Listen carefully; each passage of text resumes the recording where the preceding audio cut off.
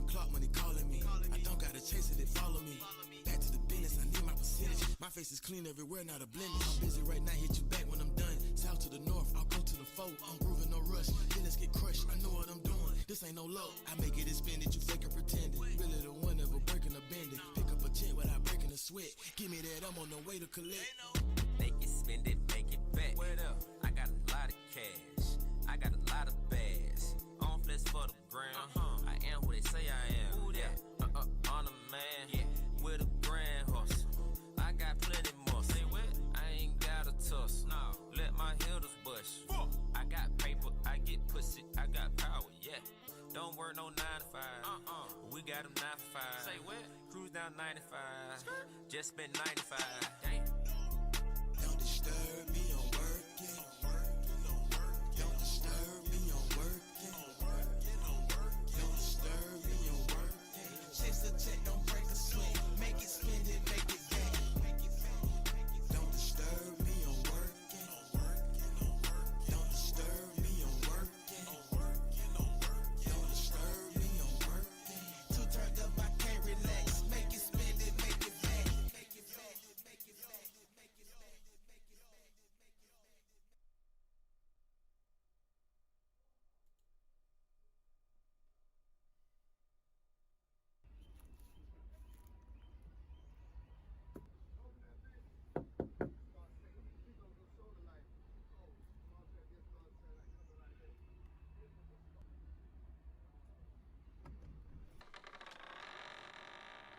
Come in, close the door. Need to keep calm and shit. Come on. I'ma keep serving the thumb and defy the ranks. Shit smell like fungus.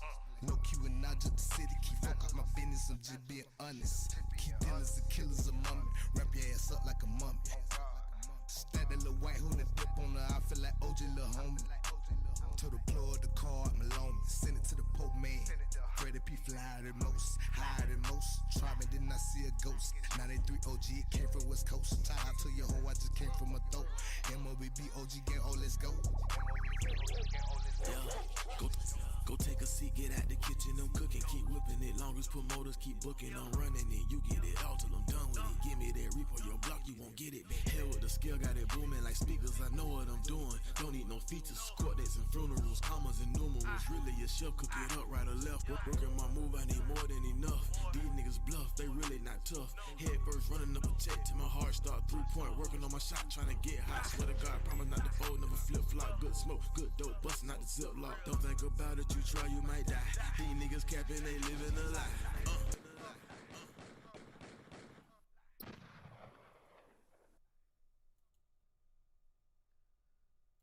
Mic check, mic check, mic check, mic check. What's good, what's good? Wick made 912 back in y'all area, man. Y'all make sure y'all hit that like button on the way in. Salute to the chat, salute to the chat. Y'all let me know y'all in the area, man. Let's do a mic check real quick. Make sure I'm not too loud, make sure I'm not too low. How y'all doing today? 1 through 10, put in the chat how your day going. You know, we all blessed to be here for another day. So 1 through 10, tell me how your day going. 1 through 10, let me know how your day going. So y'all know what time it is, man. Y'all know what time it is. We gonna do a recap on this Young Thug trial. And I'm gonna give y'all a little second to get on in here, get comfortable, get your blunts rolled, get your popcorn, get your ice cream, whatever it is you addicted to. Go ahead and get yourself right, man. Cause we about to get it. Hey, time to get it.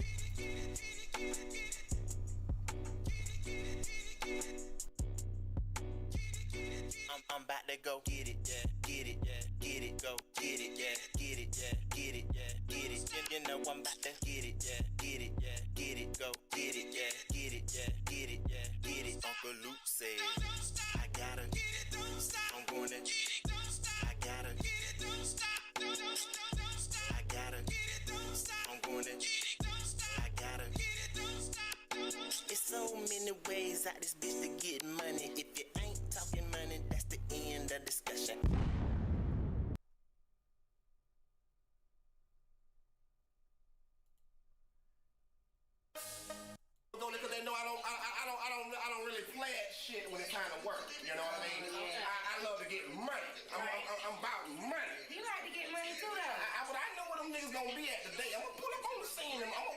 nigga.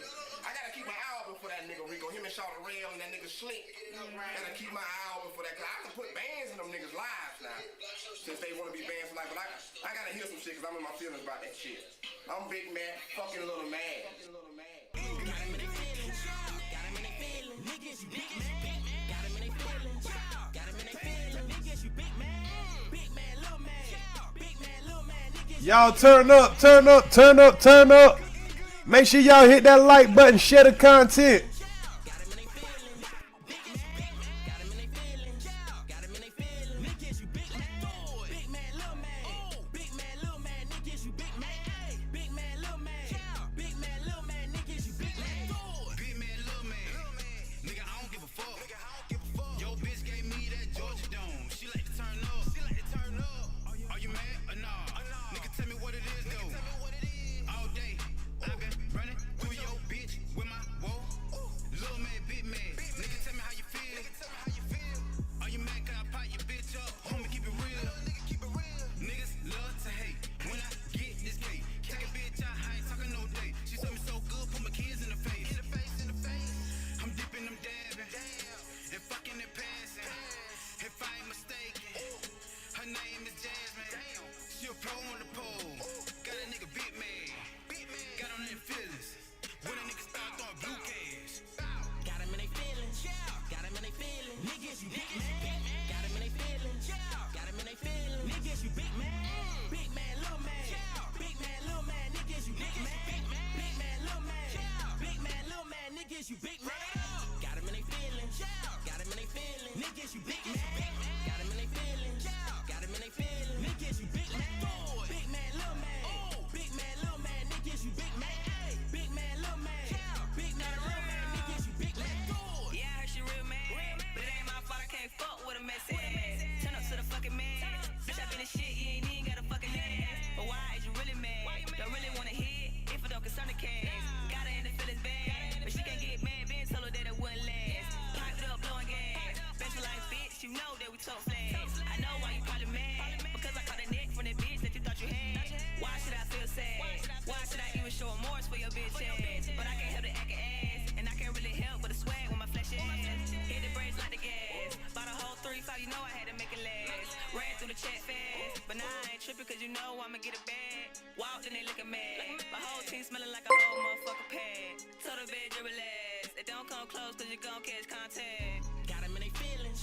Got him in their feelings. Niggas, you big man. Got him in their feelings. Got him in their feelings. Niggas, you big man. Big man, little man. Big man, little man. Niggas, you big man. Big man, little man. Big man, little man. Niggas, you big man. Got him in their feelings. Got him in their feelings. Niggas, you big man. Got him in their feelings. Got him in their feelings. Niggas, you big man. Big man, little man. Big man, little man. Niggas, you big man. Big man, little man. Big man, little man. Niggas, you big man. Got him in their feelings. Big man, little man. Now these niggas big blow. Y'all wear the same clothes. It ain't my fault that you hot by these same hoes. Walk with a bankroll. Pull up on the scene. They be like, there you go. Hit him with the Rico. Step back 3 points in his face just like D-Roll. Gassed up, come see. That nigga who you wanna be. Cop back. Nigga who you supposed to be. Made a nigga rest in peace. Big man, little man. Get to him, my spade. I put it on his ass. We gon' do the whole day. Fuck nigga running full pace, leave him in the grass. Big blunts, keep a nigga focused. Make him disappear, call it hocus pocus. These fuck niggas do the mostest. All my niggas like ghosties. Come out in the night. Hit him with the right. But I ain't kinda fight. I do what I like. Lean with the Sprite. Got him in their feelings, aight. Got him in their feelings. Got him in their feelings. Niggas, you big man. Got him in their feelings.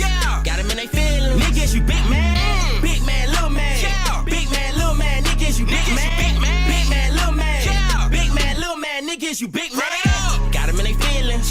Got him in their feelings. Niggas, you big man. Got him in their feelings. Got him in their feelings. Niggas, you big man. Big man, little man. Big man, little man. Niggas, you big man. Big man, little man. Big man, little man. Niggas, you big man. What's up, though? It's so good to be back. This a new year. This is my year. You know it. I'ma be everywhere just like COVID. Turn the rap game into the squid game. Line up, nigga, like a line of cocaine. I'm 912. too, just like camouflage. About to cause hell and bring pure pain. Hating niggas, capping niggas, telling bitches, jealous hoes. They niggas sweeter than jelly rolls. After all these years that I represented, they still ain't showing no love, niggas. So fuck them all with no glove, niggas. Straight raping y'all. They looking for y'all and I done ate them all. Wet day come after Friday. Mate, that's a Saturday. I'ma kill these rappers on the weekend. So Saturday gon' be a Saturday. I'm about to fuck all y'all pussies up. I'ma beat these pussies up, masturbate. Slap a nigga in the face like patty cake. Like patty cake. Shout out to Rico, being kinda youngin'. These rappers starving, man, cook them something, man. Fuck these niggas like a hooker, brother. Call me Crucial Carter like I'm Tunchi, brother. I got a short fuse like coochie cutter. Shotta said I'm a dog, I bet I mother. Shoot a bird at your daddy, shoot a bird at your brother. Then kiss your sister, then fuck your mother. Cruise control, she want this one like a fishing pole. I just want that top like a totem pole. She gagging and shaking, called the Holy Ghost. That's murder she wrote, murder she choked. They gon' charge me with murder deep throat. I heard Shawty be talking too much, man. It should help me as hero. Hey, hold up, wait, y'all about to get 8-8. Beating on my chest like a goddamn 8. These niggas in the city be crowds in the bucket. I'm allergic, so y'all can stay right there in the bucket. My cousin be blood and I be like, what up, buzz? He said, keep killing these rap niggas, buzzing already. You know that I'm flying on the buzzer. They be all on my tip like a nigga grand hustle. Where my nigga Young Dro at? Long time I came to talk my shit. Hey, hold up, fuck your feelings, nigga. Fuck your feelings, nigga. Music, man. Long time man, I hate to do it. It's that 2022. I'm independent. I can drop when I wanna drop and say what the fuck I wanna say, nigga. You gotta know that. Hey, let me get back in it. Fuck it. I'ma go full ignorant. Dingo crazy, acting all belligerent. I'm poetic, pimpin' nigga, still a gentleman. Polo still linen, nigga. Rap Lauren is still dimming. Got the big head like the Blue Benjamin. I'm a Georgia Papa, I'm on full energy. Y'all crack addicts, I'm a rap addict, cause I'm good at it. On a 30th addict. I've been running this game so goddamn long, my legs gone, I need prosthetics. Still running around in circles on them. So athletic, no athlete, but I'm so unique and I'm so elite. Kicking y'all ass and I ain't got no feet. I've been up for days, so I don't need to sleep. I'm full off these rappers, I don't need to eat. Get in my belly, but I'm a little toothpick though. For what? Cause I don't wanna hate you niggas stuck in my teeth. Oh goodness gracious, oh goodness grief. Your whole circle green, looking like a reef. I wish a nigga would try me like a tree. I go power banging on every branch and leaf. Can't lock me out, I got the master key. Got beats by the pound like Master P. I'm a soldier, you know my silk will shock you. My grease stay lit, I gotta keep it poppin'. Just in case a nigga wanna come and get it poppin'. I am already lit, don't gotta get it started. Can't restart it, go retarded. I ain't digging y'all niggas like a motherfucking hoe in the garden. God forgives and I don't. Y'all half of 100, nigga, 5-0. Y'all niggas be telling like 6'9". Then walk around a nigga like the shit fine. It ain't just these niggas, it's chicks too, bitch. Middle finger to you niggas and your bitch too, bitch. I'ma stick to the G code. 2022, gotta hit these hoes like Debo. The bitches be nosy. Damn, take your ass home. Take that nigga that with you before it be two of him and two of you. I'ma talk my talk, look goofy. Fuck it, hit him with the sticks like sushi. It's that stick talk music. Okay, let's do it.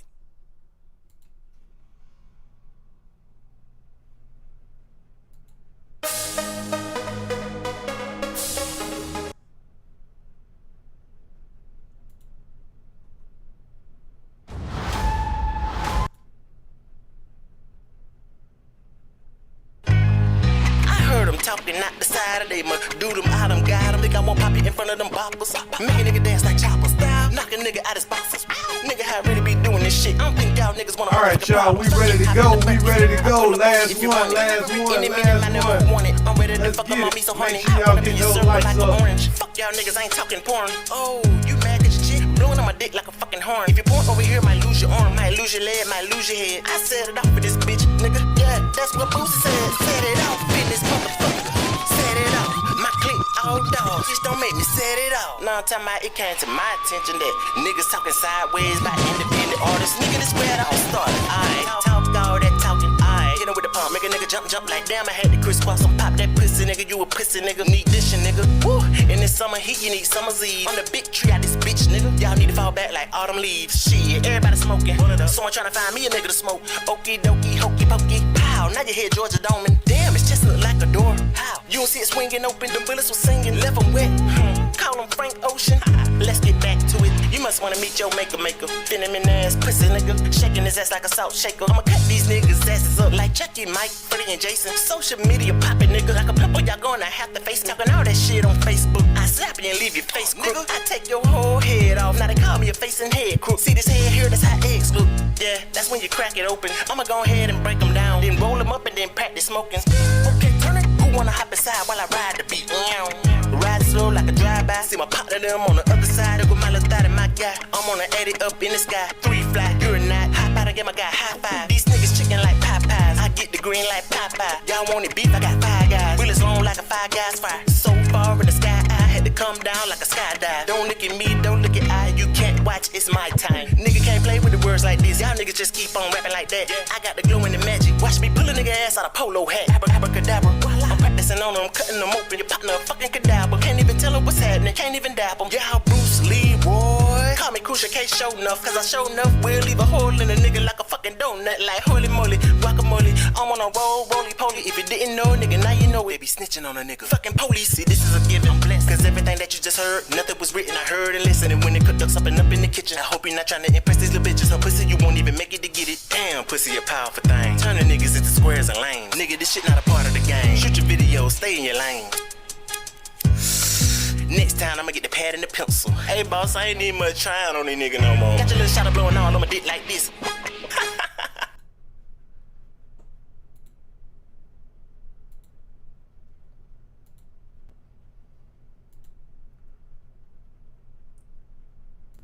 Yo, what's good? What's good? Wigmade 912 back in y'all area, man. I hope y'all enjoyed the introduction. Let's make sure this mic is right. Mic check, mic check, mic check, mic check. What's good? What's good? Y'all make sure y'all hit that like button. Y'all make sure y'all hit that like button, man. I hope everybody out there having a good time or whatever. So, y'all, we back to the YSL Young Thug trial. We got a lot to go over, man. We got Monday and Tuesday. I'm going to update y'all on what's been going on in trial. Just in case you want to know, you know, we all knows it right here. We all want to know what's going to happen. So, y'all let me know that my mic good. Okay, we good, we good. Okay, cool, cool. So, you enjoyed the long intro. Salute. Let me make sure I get some shout-outs, man. Shout out to Mom Boss Mayo. Y'all make sure y'all go sub up to Mom Boss Mayo. Shout out to Knowledge Power, man. Y'all go sub up to Knowledge Power. Shout out to my homeboy Jimmy McFly, man, with the beats, man. Y'all know that Jimmy McFly been making some nice beats for me. Matter of fact, let me put that nice beat on the background. You know, have it playing nicely, softly in the background. Salute to Steady Grinding. El Humble Negro. Salute to Helima, I see you. Salute to Chocolate Candy Lady, Crystal Williams, I see you. Salute to who else we got in here? 421 TV. What's good? What's good? I appreciate the beats, 421 TV. Salute to Tina Brown. I see you. Musso Bronze. I see you. Salute, salute, salute. Sister T, I see you. 40 the Splatter. I see you. Salute. Mika, I see you. Salute, salute, salute. Everybody, y'all make sure y'all hit that like button on the way in, man. Let's get started. Let's get started. All right, y'all. So we what did we leave off at, man? We went through the first week of trial, and we seen how things were going. You know, we seen things were a little shaky. You know, so Young Thug just happened to, you know, he's just sitting back calm and collective, you know, trying to see what's really going on. The lawyers in here doing their thing. So let's get to let's do a recap of what we left off at. We know that the trial started off real shaky as far as, you know, the people in the trial. We had 28 people on trial. We're down to 6 people on trial. Last week, we heard the prosecutors do their opening statement. We heard the defense do their opening statement. The prosecutors came out with their opening statement trying to make sure they paint Young Thug as the leader of the YSL gang. Their argument is that they are a rap group. They are not a gang. And so the first people we seen come up last week, y'all gotta remember that the purpose of this trial is to prove that YSL is a gang, that Young Thug is the leader of the gang, and everything that the people that they have pulling up are doing acts of violence or acts of crimes to further the gang. So last week we heard from, I believe it was a detective, and he was describing the situation where, no, sorry, let me go back. The first person we had come up was a lady who described a carjacking, that she got robbed after she got off of work. She works at the Pink Pony, which is a strip club in Atlanta, and some kind of way she got followed home, and they're trying to figure out if that had something to do with the gang. We also heard from a police officer who say that once they got the call, the OnStar call from where the car was located at, they went to an apartment complex and they seen a guy pulling up, getting into the car. Getting out of the car, and then the guy and some other guys came out of a building, and one of the guys pointed a gun at him, threw up some gang signs, then ran. They caught the guy, and once they caught him or whatever, nobody wrote in the police report that he threw up any gang signs. That was just something that came up. So we heard from the detective, tell us how he didn't know anything about gangs, but he knew it was a gang sign that he was throwing up. So the first week, I don't think, in my opinion, nobody proved that, that these guys were doing anything in furtherance of the gang. Now, we can prove that the guys were, committing criminal acts, but nothing indicates that they were doing it in furtherance of the gang. Oh, salute to Hell Lima for gifting the memberships, man. Salute to Hell Lima for gifting the membership. Y'all make sure y'all get y'all membership as soon as she drop it. Oh yeah, y'all getting that fast. Salute to Tay Ward. Hey, y'all jumped on the membership fast. I need to go ahead and drop some myself. Lady Earz, you wanna give 5 memberships for us? They only $2 a piece. If you wanna drop 5 memberships, let everybody. We wanna try to get everybody membershiped up. So, but yeah, so we seen that there was a situation where a lady got carjacked. They found the guys that, that had the car. You can't say that they were the carjackers. A guy got caught up saying that he was throwing up gang signs. He got caught with a gun. Well, he didn't get caught with a gun. They found the gun and they charged him with the gun. So that was the first instant of them trying to connect someone with a part of this RICO. So the next instant we had was what happened after that, y'all? Well, I think that's about all that really happened. They didn't really prove anything. So another thing we went over, we was real concerned about that judge. We was looking at that judge like, man, where the hell did this judge come from?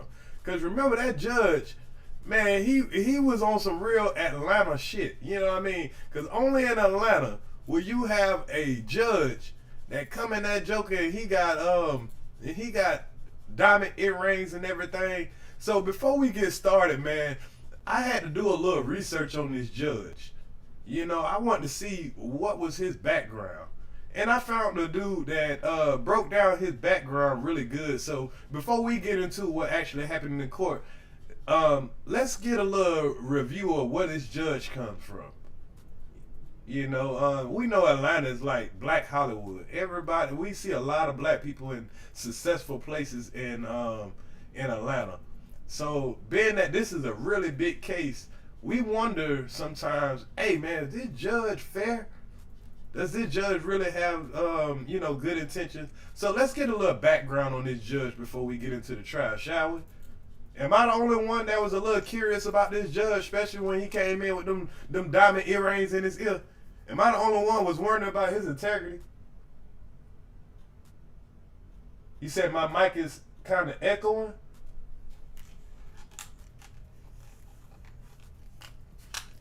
Mic check.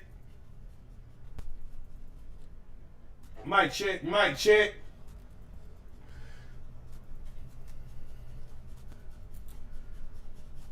You said my mic is echoing. Y'all let me know before I get started too much.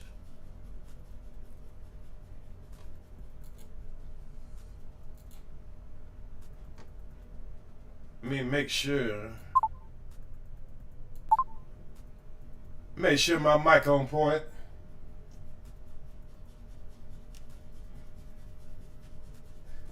Am I still echoing, y'all?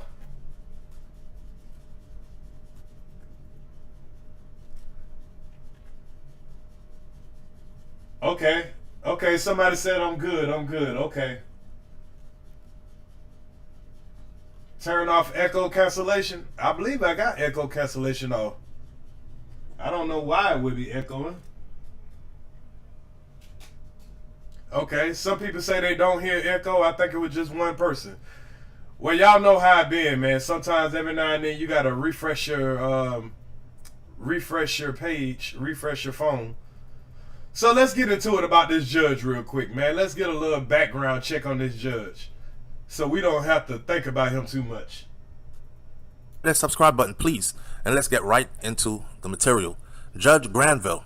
Everybody wants to know who this judge is. Who's this bald-headed dude that started off the first day of this RICO trial, brought his dog in here, and also had an earring in his ear?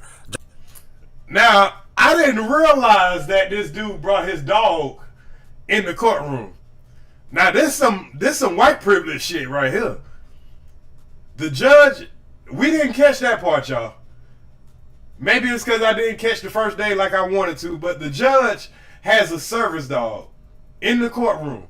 He also has a diamond earring piece that's probably cost more than Young Thug shit.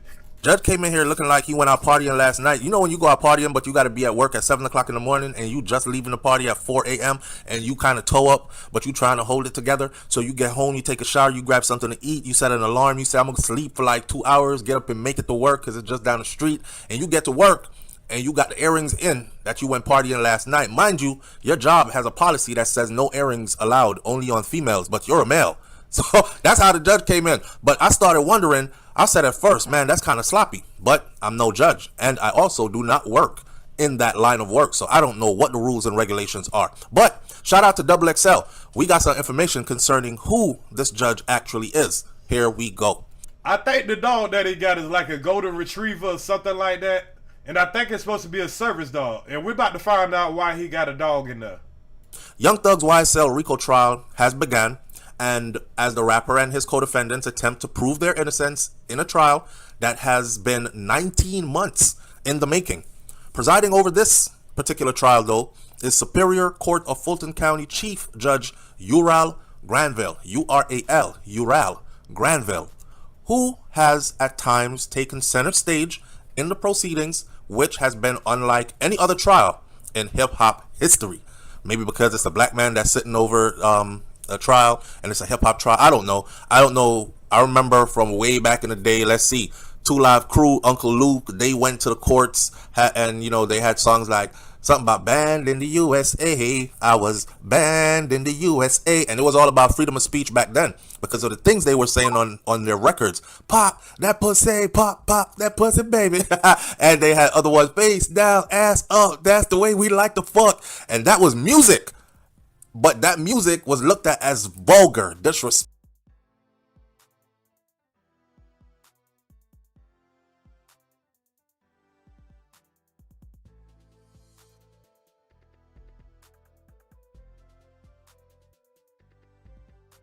Now, he made a valid point right there, and I know this is a little bit off subject, but, you know, the freedom of speech through rap, a lot of y'all might not remember if you're too young. Uncle Luke did open the door for freedom of speech or rap, because back in the 90s when Uncle Luke was out there talking about pop that pussy and all that stuff like that, they were saying that Uncle Luke shouldn't be doing stuff like that, even though it was freedom of speech. So that's one of the main things that we have to take in consideration right now. All this talking about what Thug said in his raps and everything, we got to realize that's freedom of speech. I don't care if y'all don't like what I'm saying, but it's still freedom of speech. Respectful should never be put on rap. But salute to Brian Flow TV, man. If y'all want to check, I like this content and I like the way he broke this down. So salute to Brian Flow TV. Record in a song. This was hip hop coming of age, pushing its boundaries, and they took it to court, they fought, and they won. So ever since that day, thanks to Uncle Luke down in Miami and Luke Skywalker Records and the 2 Live Crew, now today everybody could have sex on records, say whatever they want to say, kill people in songs and all that other stuff. Neither here nor there though. As we move with the information, so Judge Ural Granville, he was born in Columbus, Ohio, and he moved to the South in 1982, where he attended the University of Georgia and then enlisted in the United States Army.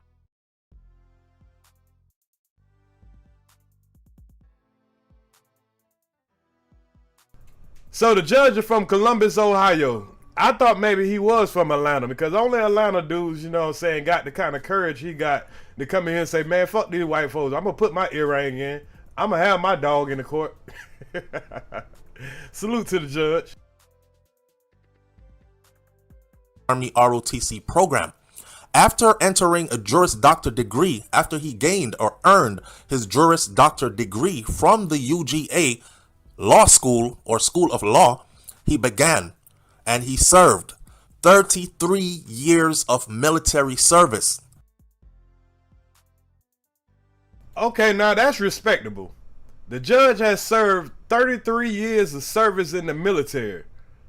Now let's see how far he made it in the military. I mean, as far as ranking.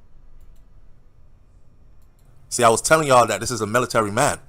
33 years of military service, most notably as a brigadier general. Holy shit. A brigadier general.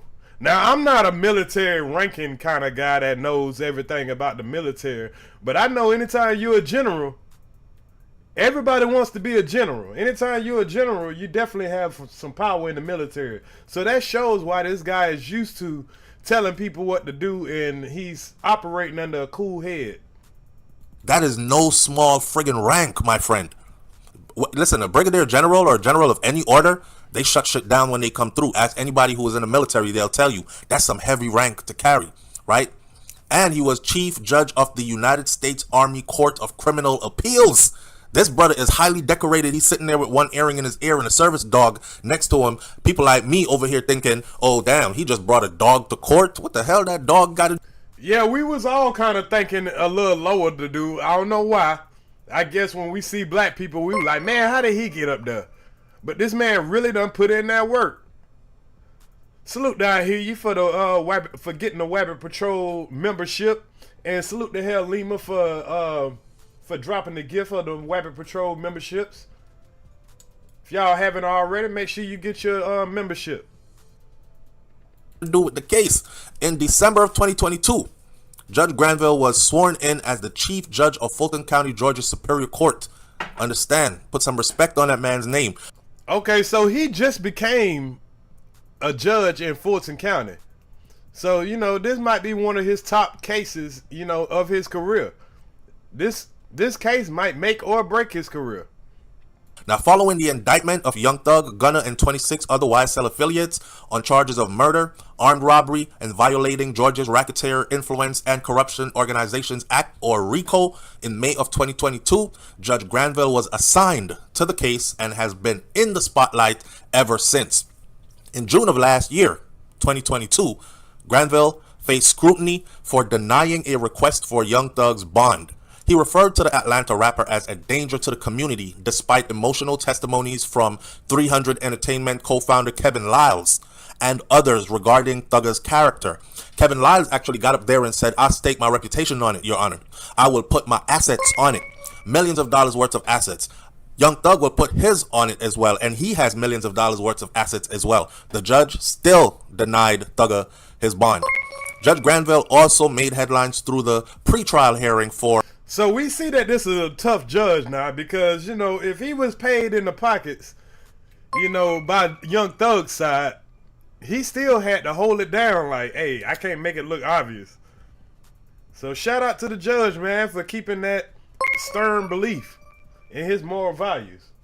Or bold decisions that included ordering a juror to write a 30-page essay for taking a trip to the Dominican Republic and threatening a lawyer with jail time for refusing to buy lunch for another attorneys.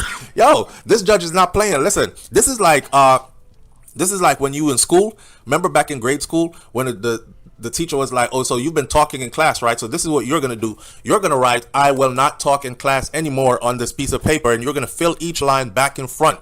You're going to write this 800 times, I will not talk in class anymore.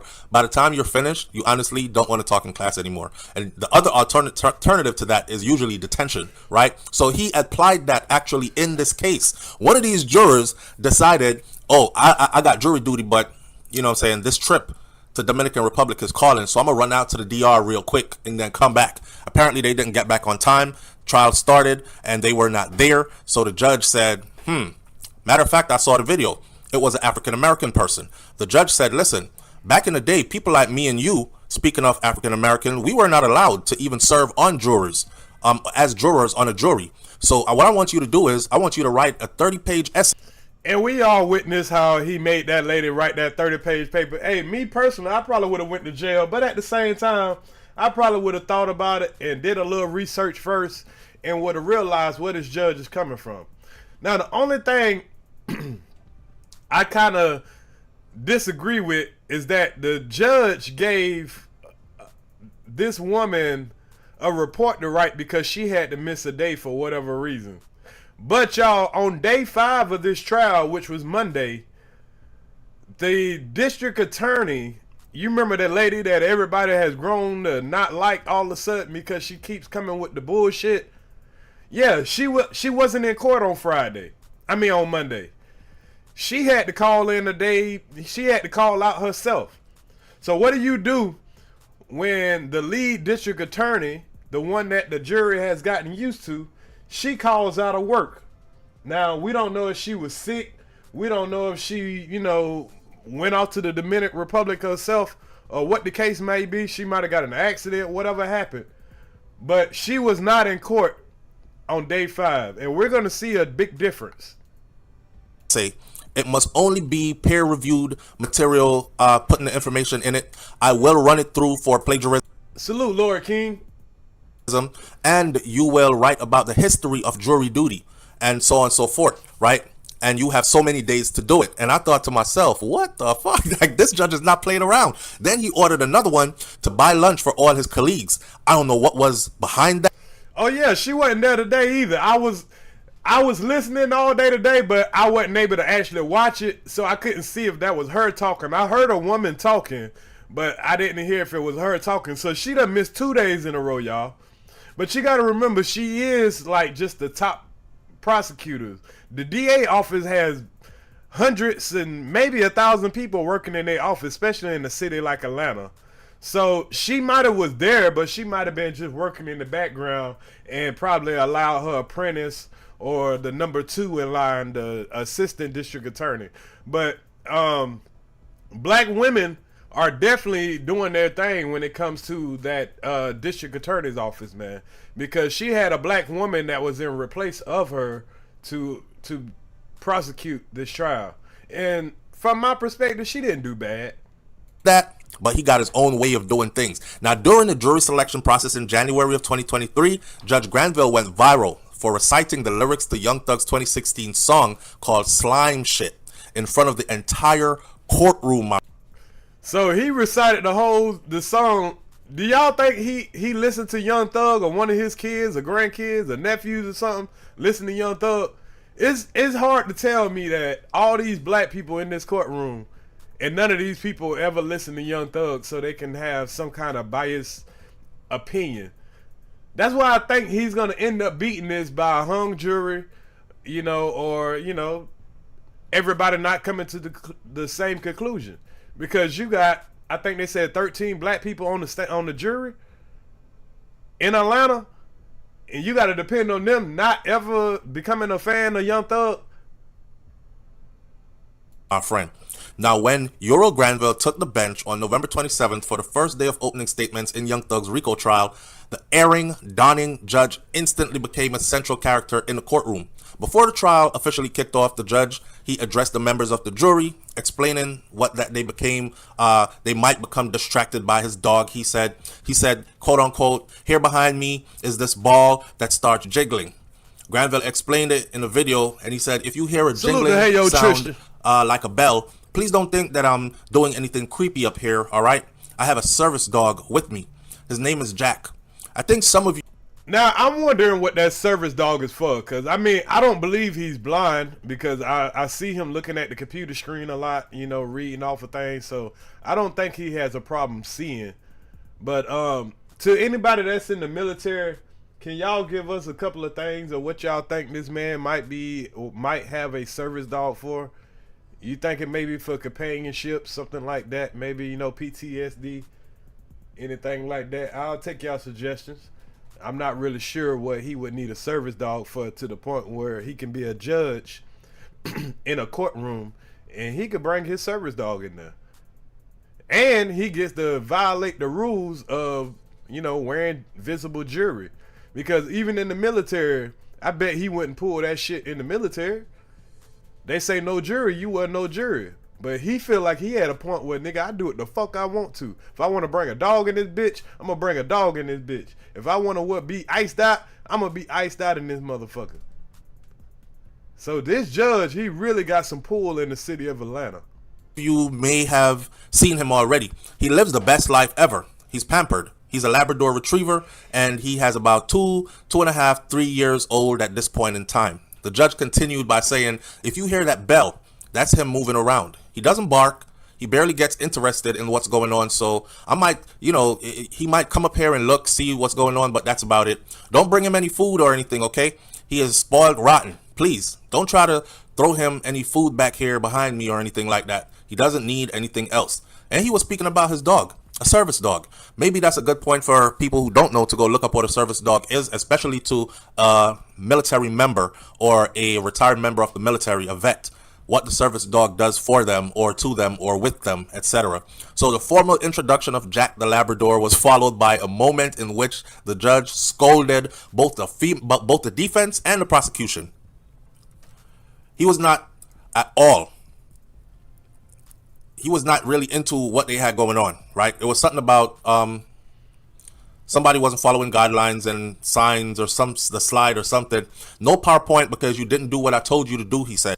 Well, we already knew a little bit about that because we went over that the first day, how the prosecution tried to come in there and put in 40-something slides when they only made it available to about 5 slides available to the defense. So the judge kind of got mad about her trying to bring that in at the last minute. Then he got mad at the defense because they didn't bring it up to the last minute.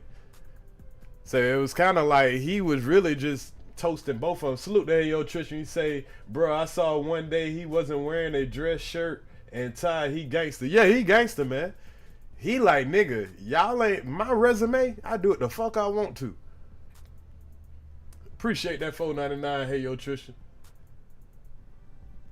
But yeah, he's been tough, man, around the board. But at the same time, he kind of show a tough shell, but he kind of soft on the inside.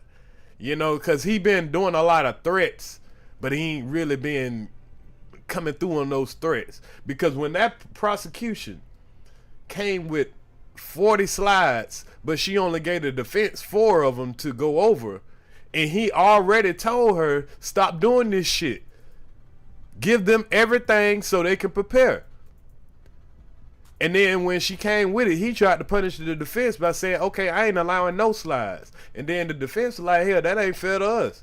So he ended up letting back in the slides. Now she got all these extra slides where she done left the lawyer's name up there where she was saying that he defended one of Young Thug's co-defendants in another trial where he only defended the guy in an appeal.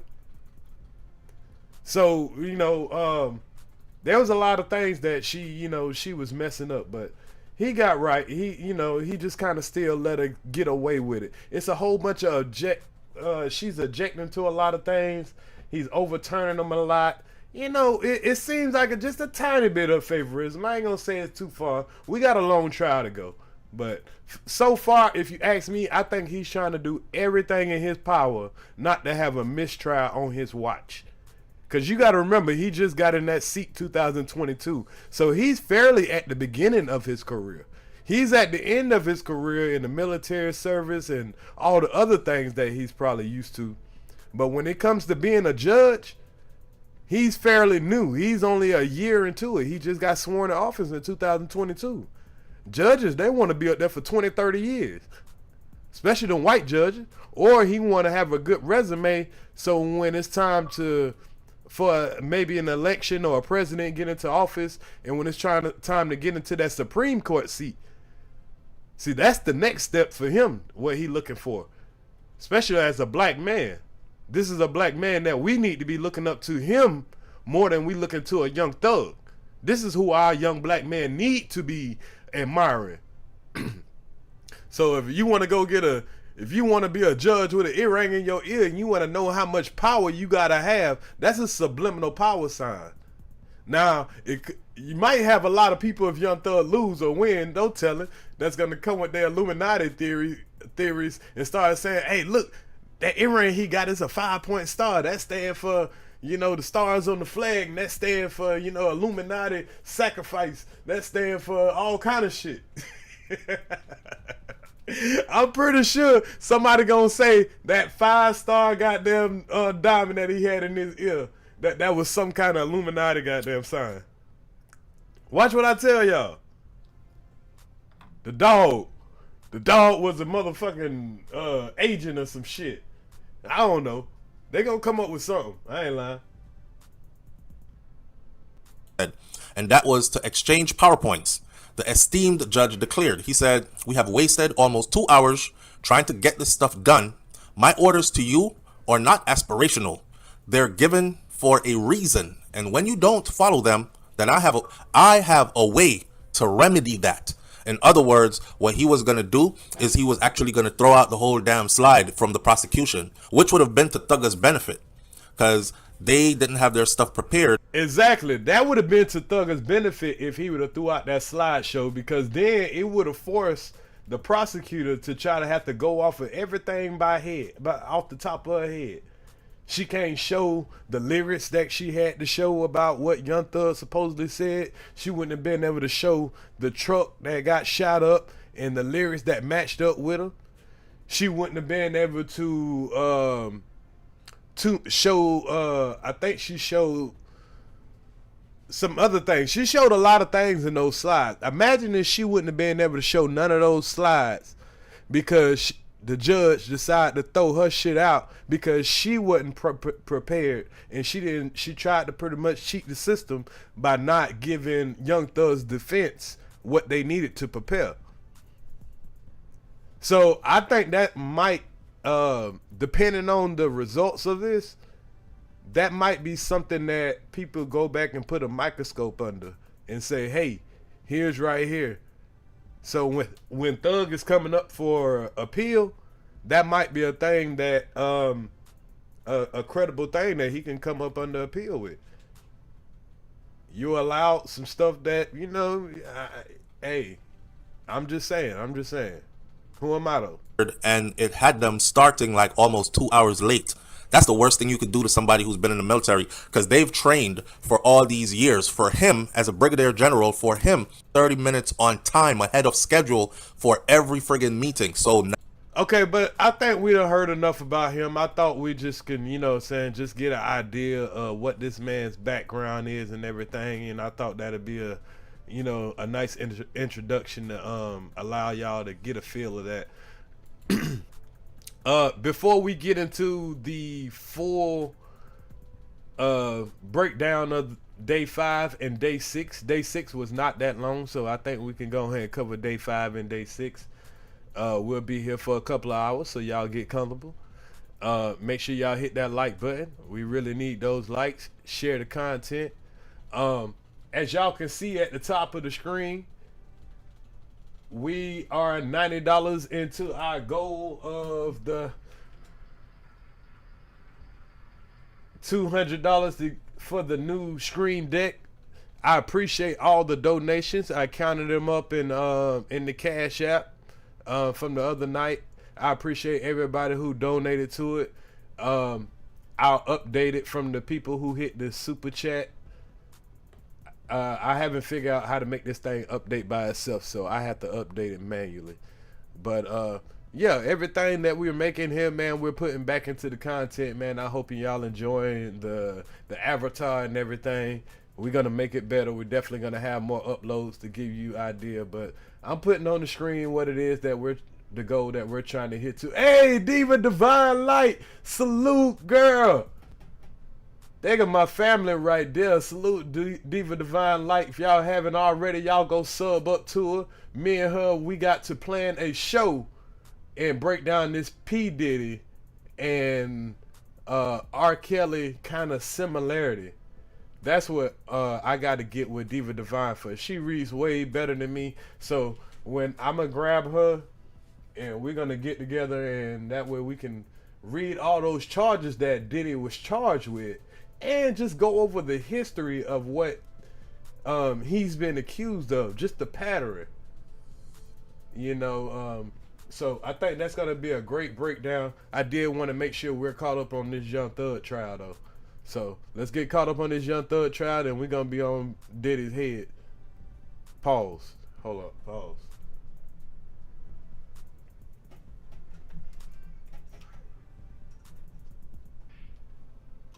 All right.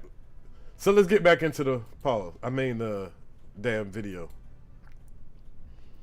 Day 5, y'all. So, like I say, Miss Thing was missing today. She wasn't there on day 5. The prosecutor. So this how the trial started. I'm gonna play it in a little fast forward, and I'll just kind of break it down as it go. I know it'll be a little fast, but I've already listened to the whole thing at work, so I'm gonna just listen to it just so it can remind me where we at, and I'll just kind of break it down to y'all, because it's a lot of hours. It say 8 hours, but 3 or 4 of those hours was in breaks. So let's do what we gotta do. All right, before we go ahead and call for our jury, I have a matter of housekeeping to take up with you all. Over the weekend, juror 269 was admitted to the hospital. Oh, shit, already. We got a juror. Motherfucker already ready to go to the hospital. Motherfucker's gonna have baby mama problems. Gonna have car problems. All kind of shit. You got a jury with 13 black folks on the damn jury. Every other day is gonna be some shit. I ain't lying. I am not lying. Every other day is gonna be some shit. And I'm in receipt of the admission form, and as of current, she is still in the hospital. Her anticipated release date potentially is this coming Wednesday. So, much as I'd like to wait till Wednesday, I'm going to probably have to go ahead and excuse her due to illness. So she need an excuse for Monday through Wednesday. She done went to the hospital and got sick some kind of way. Made sure she got her ass up out of there for 2 days. I'm saying it could be a nigga too, cause that probably would have been me. Yeah, bitch, I got shot something. Niggas might shoot themselves to get out of here for a couple of days. Does anybody wish to be heard about that issue? Your Honor, for text, you're at the 269. All right, and I'll let you take a look at I'm going to mark this as the next court exhibit in order, as well as I'm going to seal it for purposes of juror confidentiality. Thank you, sir. Oh shit, man, I appreciate that. Dead Blacks with the 1999. I appreciate the upgrade, homeboy. Definitely appreciate it.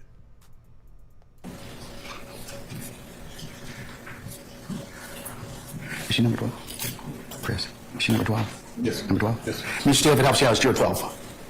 I think it's juror 12. On the list. On the list, On the yeah. list, So, let's see. All right. Anybody have any other discussion about juror 269? All right, going once, going twice. All right, someone on jury's work, please. But just watch the judge, man. He get irritated. He get irritated with these motherfuckers a lot. Imagine having to deal with 6 motherfucking lawyers constantly with some bullshit and prosecutors. You gotta really have some cool head. But now that we know what we know about him, watch how he deal with these folks.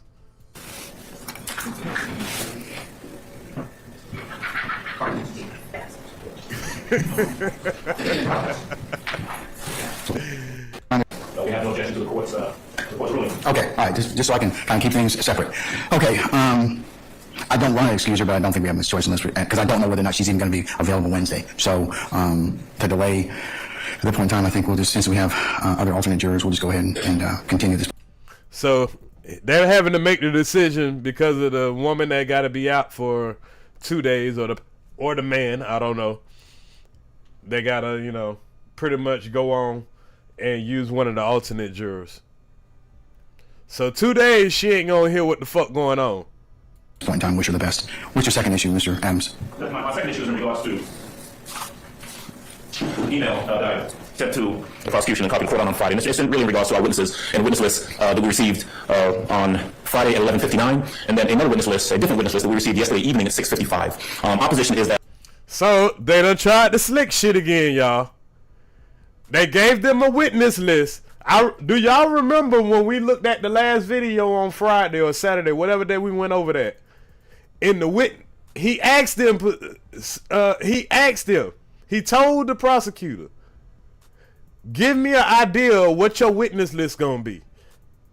Because he said, "Do y'all got y'all witness list?" They say, "Yeah, we kind of don't know exactly who, but we'll have it." You're like, "Man, I need y'all to have that witness list ready and give it to the give it to the defense so they'll be ready. They know who your witness list is." Here we is again in front of this man, and they trying to mix up the witness list. So now this lawyer, this sharp lawyer, this is Young Thug's lawyer, the white man's assistant, the number 2, which is a great position. You think they ain't gonna catch that? There are names on that witness list, specifically the one that was received last night. The witnesses, there are new names that were advised of being called today, tomorrow, and Wednesday, and we think are violative of what the court has ordered previously.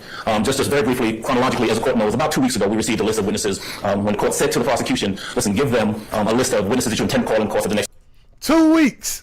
Week or two." They gave us a list of 70 names approximately, indicating that those names will be called over the course of the first 1 to 3 weeks of trial. We relied upon that, and even though there were names on there that we had not had the opportunity to interview, and we gave those names to the state, we still began to prepare and go through those 70 witnesses and all of the appropriate and accompanying documents and reports and so forth tied to them. Last week, last Thursday, before we left here, we asked the court again to ask the state, to order the state. He's saying the same thing that I said. They just asked these folks. We just did this Thursday. He's just doing this shit in the elegant way. I'm doing this shit in the nigga way. I understand. I can't interpret it well. Just tell y'all well, but I know exactly what the fuck he's saying. Thursday, you told this bitch, had this defense list ready. Now you coming up here switching this shit again, trying to fuck them up. Give us, just out of fairness, being above board, giving us an opportunity to properly defend our clients, a list of witnesses that they intended to call this week, either Monday or at least the first couple of days of this week. The court gave the state, said, well, give it. They didn't have it then. They said they didn't know who they were going to call. That's on last Thursday. The court said, okay, well, give them the list, a list of next week's witnesses by 12 noon tomorrow. That would have been Friday. At 11:59, we received an email from the state with a list of 19 names that they purported, at least in the email, that they're going to call this coming week. Of those 159, they got a list of who they gonna call. 19 witnesses. So now you got 6 lawyers that got to get prepared for 19 witnesses of the names that you gave me. The judge told you, give me these names. Why would you switch those up again and the judge just told you not to do that shit? Every time the judge tell her not to do some shit or them not to do some shit, they do it anyway. This man tried everything in his power not to get a mistrial, but I think they're trying to make him get a mistrial. I'm starting to think they're intentionally trying to fuck this case up, because when you do a mistrial, then you could do a retrial, and then they done realized a lot of shit that they done threw in here don't make no damn sense. This man could be guilty of every one of these crimes, but they're trying to tie in a whole bunch of little dumbass crimes and saying that they doing it as a game to further the game. And I'm going to show y'all what I mean. They're trying to blame Thug for a nigga selling crack on the corner or a nigga selling weed at the store. I get y'all want to get the bullshit off the streets, but y'all doing some dumbass shit. Do y'all remember the situation that happened a couple of months back with what his name? This is the sad thing about it, man. So many people get killed by the police that we'll forget the names and everything. The guy that got beat to death in Memphis by that drug squad. Now remember, I did a video and we broke down the Red Dogs in Atlanta. The Red Dogs. Y'all remember the Red Dogs, right? What they was accused of, they had to break that unit up because they did something similar to the Tyree Nichols. That's his name, Tyree Nichols. But instead, they had killed the old woman with a no-knock warrant. and they had a reputation of fucking up the city of Atlanta and planting dope on a whole bunch of niggas and shit. Now they got some niggas off the street, but at the same time, they had some people doing some fucked up shit. The Red Dogs turned into Apex. Cause remember now, the lady that's the head sergeant of that little team that did that to Tyree Nichols, she used to be the head of the Red Dog Squad. And they ended up killing the old lady with a no-knock warrant. And they had to disassemble that group. But then they just changed their name to Apex. I'm not making this up. They said that. Remember, we did the whole breakdown of that shit. If you've been checking, watching the content. If you from Atlanta, y'all know about the Red Dogs. So this shit, you know what I'm saying? This is how Young Thug was getting affected by the Red Dogs. But them Red Dogs was fucked up though. Yeah, they had the wrong house. But back to the trial. Y'all know I could go on and on, but I just wanted to bring that to y'all attention. Cause y'all gonna hear this Apex. Y'all, all these officers, they're gonna come up here and they're gonna be giving their testimony, cause that's what we about to hear about how they how shit happened. But you're gonna hear Apex a lot. Apex, and they're gonna say, and you're gonna hear a lot of them say, I used to work with Red Dog. You're gonna hear Red Dog and Apex a lot from these motherfucker officers. 19 names, 17 were not amongst the initial list of 70 that they had given us 2 weeks prior. Were they anywhere in the discovery? They were in the discovery, yes. But again, going back to what we had discussed previously in regards to contact information not received in the state, being late in turning over. What kind of witnesses are they? Are they foundational witnesses in terms of evidence that's going to sought to be admitted, or are they substantive witnesses? I believe they're substantive witnesses. They're all over the place. I know they are. There are law enforcement witnesses. There were lay witnesses. There are crime lab personnel. So they're all over the place. Those are the witnesses we received on Friday at 11:59. As the court knows, I sent an email to the prosecution. I copied the court on it. The court responded to that email. So that's pretty much what we're going to hear, y'all. We're going to hear police officer witnesses. We're going to hear crime lab witnesses. Now, we ain't going to listen through all that shit because I done already listened through it. And I'll just, give you the rough end of it. But some of them are pretty short anyway. Email, it indicated that the court's, my word, displeasure at the state appeared to not comport with the court's order and the court's direction. Yesterday, and so we spent the weekend trying to make a determination, trying to decipher, okay, we're going to be preparing these 19 witnesses or witnesses from the original list of 70. On yesterday evening, at 6:55 p.m., we received an email from the prosecution with a list of 17 witnesses indicating, well, these are the witnesses we're going to be calling over the course of the next few days, next week. Some of them were on that list of 19 we received on Friday. Some of them were not. Notably, as regards Mr. Williams, one of those witnesses is a witness, a police officer, an officer, Officer Fikes from Brookhaven, that is in regards to an incident involving Mr. Williams and Mr. Kitchens.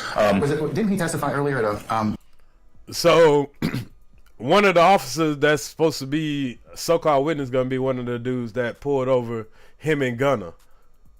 So, we might have to see Gunner next week if they really try to play dirty. At a motion that we had? Fights? I believe Fikes did. He did? Yes. Okay, so it's not like you haven't seen him before. No, it's not like this is not a witness, but what I'm getting at is what the court ordered and what the court said to the state in the interest of giving us an opportunity to prepare and not have to delay and know what's coming next. That was not a person who was on the list that they given us in the list of 70 or the list of 19. There are other witnesses on that list. So they done found somebody that you done put on the list that wasn't part of the 19 people that you presented or the 17 people that you presented. Again, you're not allowing these people to prepare. We got 6 defendants over here. Stop playing. Received on yesterday evening, and yesterday evening, for God's sake, I'm going to let other attorneys speak for themselves, but it is simply flaunting and thumbing its nose at what the court ordered. There was a reason that you ordered that they give us that information well enough in advance for us to prepare. There was a reason that you did that. It was because of something that they did. And so it appears at this point that the state's position is, well, we're going to do what we want to do anyway. And we're going to give you a list of witnesses that maybe you'll be ready for, maybe you won't be ready for. Maybe they're consistent with what we've given you before, maybe they're not. And certainly it's not. And so I'm asking the court, certainly on behalf of Mr. Williams. And then he's being slick because he's making sure he's doing this in front of the jury. Making sure you do this in front of the jury so this shit here get documented. As it relates to Officer Fikes, that they not be allowed to call him this week. There are other items, there are other witnesses we've prepared for, that we started preparing for. Other witnesses who have a ton of reports and exhibits and so forth that we simply are not ready for. I don't believe, quite frankly, that Officer Fikes has ever come. He is not. He's not testified. He may have been on the list, but he's not testified. I don't believe he made a reference before, but he's not testified before. And so, Judge, I'm asking the court to preclude them from calling this witness at least this week. And I'll let other attorneys speak for themselves, but I'd ask you to do something. This is, what, the third, fourth, fifth time that we've addressed? Third, fourth, fifth time we done addressed the same shit. An appeal gonna be a slam dunk. But they're gonna be in they'll have about 10 years of this man's life by then.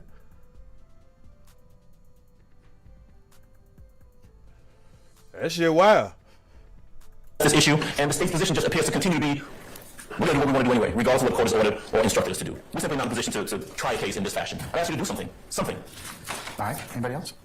Who's going to add something new? Because we do have the Harvey rule in effect. Anybody else? All right. Ms. Hilton, anything? Yes, Your Honor. Good morning, Your Honor. Your Honor, on Friday afternoon at 11:59 p.m., we did submit a list to defense counsel. Now remember, this is not the lead attorney. This is the number 2. As the court is aware, the defense provided earlier last week and then kind of trickling throughout the week a list of individuals, primarily lay witnesses, that they have not been able to speak to. When looking at that list of 70, the majority of those individuals was on the defendant's list. Some were lay witnesses, some were law enforcement officers. So in looking at that list and in knowing that we've had some scheduling conflicts, we decided to find cases in which they were pretty quick, where there are law enforcement officers that can be spoken with and we can move forward without delay, giving opportunity for defense counsel to interview those said witnesses. Okay, well, why didn't you tell me Friday? I mean, we were here Friday, and when I started saying, we got the list of 70, you didn't know which ones you were going to call. But it sounds like, you've gone ahead and you went outside the original. Yeah, why you didn't tell this man that shit Friday? Then, that might be why old girl didn't show up to work. She left this woman to have to answer these bullshit ass questions. Now think about how fucked up it is to not be able to have to clean up somebody else's shit, in other words. Because that's what this woman having to do right now. She having to clean up somebody else's shit. Because old girl ain't been to work in 2 days now. And making her have to goddamn go through this shit with the judge. List of 70, and you picked 19 that weren't even in the round of consideration, nor did you tell the court, hey, Judge, remember I told you, and you've been before me a long time, Ms. Hilton, a forewarned judge is a happy judge. Correct. So if that were the case, then I could have fashioned a remedy at that point. Because she wasn't the one that did it, homie. He know this. And he know this. Yeah, she wasn't the one that she sent the email. She thought that goddamn, everything was corporate status. She wake up Monday morning and have her do this shit by herself. Old girl that went to the goddamn Dominican Republic. Time we've gotten involved in, hey, let's just call X, Y, and Z. Well, what it looks like to me is, as Mr. Adams just said, that you're just kind of saying, hey, we'll bump the court. I don't care what you say. We're going to call and we're going to present this case the way we want to, which is your right. But when I get involved in this, you run the risk of, okay, well, I'm going to just have a saying, if you can't hear, you feel. So maybe you all need to feel exclusion. Well, can I tell you what the state did this weekend so that we can remedy some of this? So maybe you need to make her feel exclusion. Okay, he's threatening to exclude her shit, but that's the same thing he did last time, right? He threatened to exclude the information of the slides that they were trying to slide in after they did the little switcheroo at the last minute.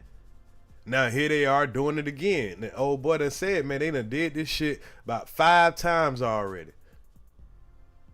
We keep asking for a dismissal,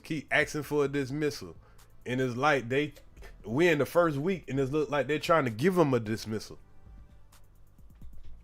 on Saturday, the state called all members of at least one representative from each of the defense counsel to make sure that some of the witnesses who were available for them to speak to.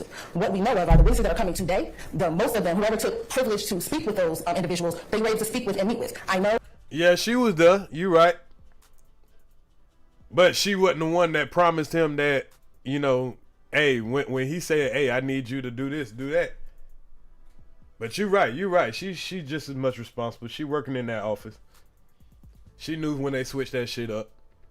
And I believe, and any defense counsel correct me if I am wrong, they were able to speak with Antonio Skeet, Sergeant Maldonado, Wellington Clark, Officer Kandakai, Joshua Masonek, and this morning we told everyone that Officer Cornelius was available. Not sure if they spoke with him or not, but these individuals we made available, most of them spoke with him via Zoom or FaceTime on Sunday to make sure that they were able to at least get through the witnesses that we were having today. Okay. Last night, we sent the list of who we believe was coming for the rest of the week and advised that we will make them available as soon as they can become available because we understood that it was delayed hours. So we intentionally reached out to make sure that they could interview and prepare for this upcoming week, and we will continue to do that. So that is what we did so that they could speak to them. And we believe everyone testifying today, they have spoken with. They had those who wanted to speak, so I can't say that everybody spoke with them, but everyone that definitely being called today was at least available yesterday. I know Mr. Shard and Mr. Steele talked to people because they were texting me when they could not make contact with them or if they were running late from one interview to the next. So we understand, and we're not trying to delay, but given how the case is moving, we're trying our best. So we gave a list of who we think is going to be called the rest of this week, and we advised that we will continue to develop that list as the week progresses. So they will have the opportunity, or the hope is to have the opportunity so they can speak with each of those witnesses. So for today, those witnesses are available. For Officer Fikes, I believe when we were checking, we definitely know that hearing was held, Your Honor, because...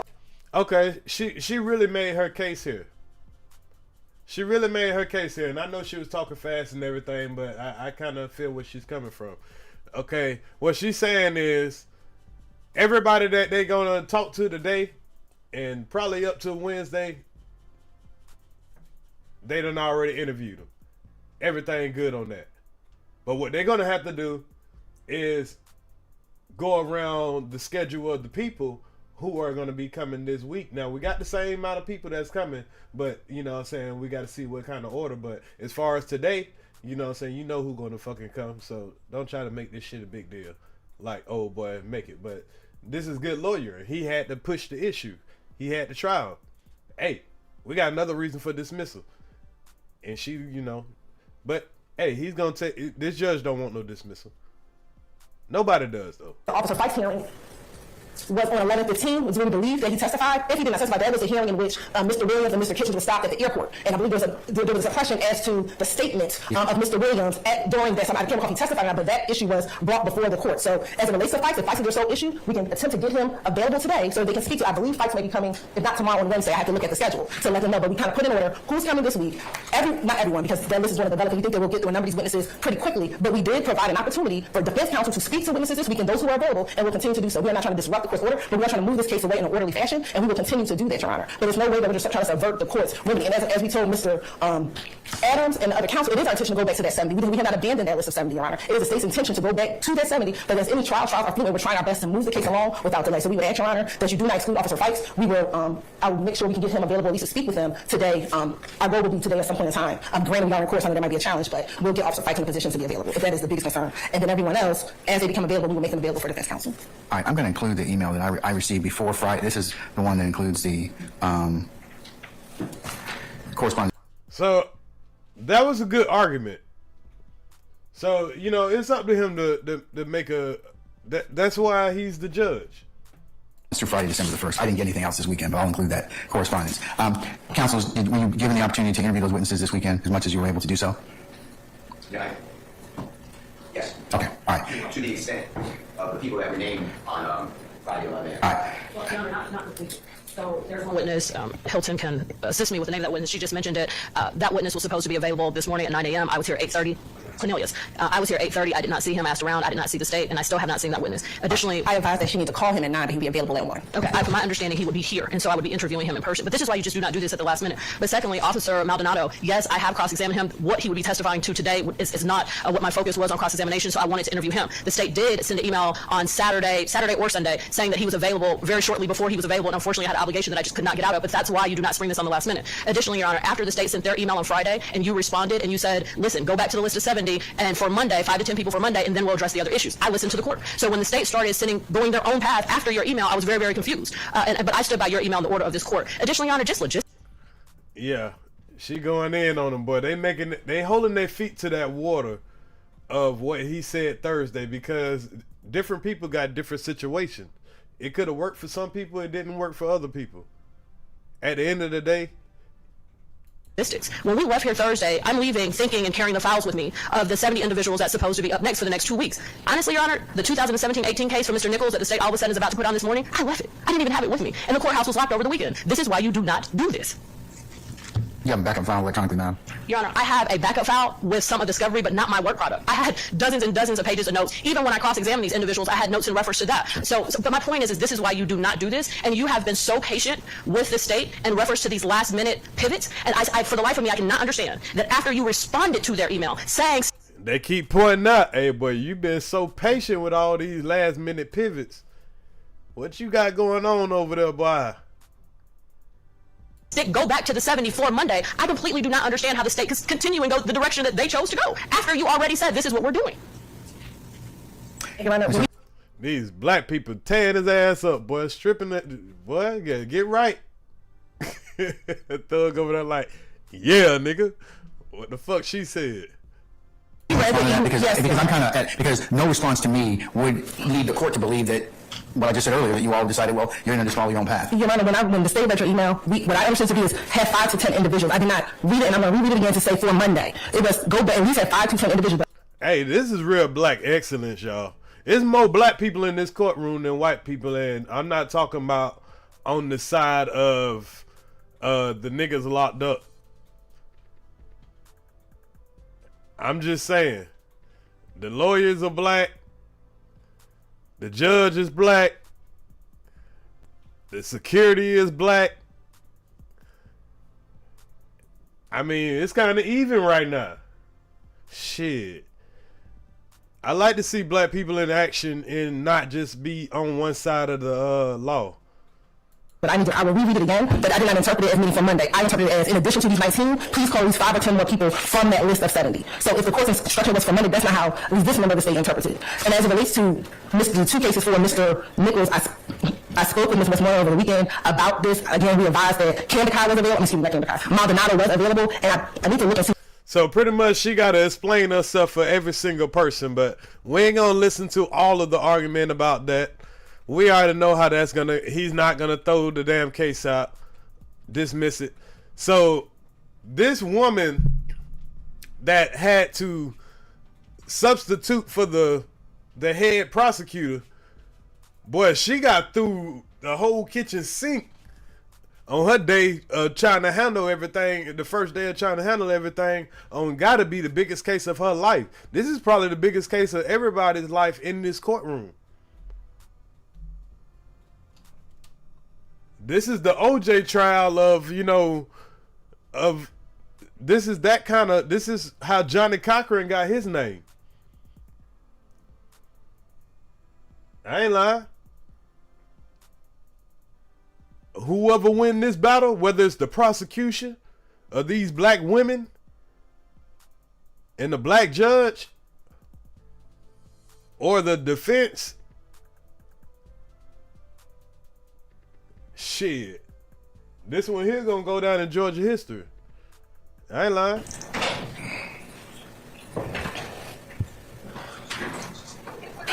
Bless you. God bless you.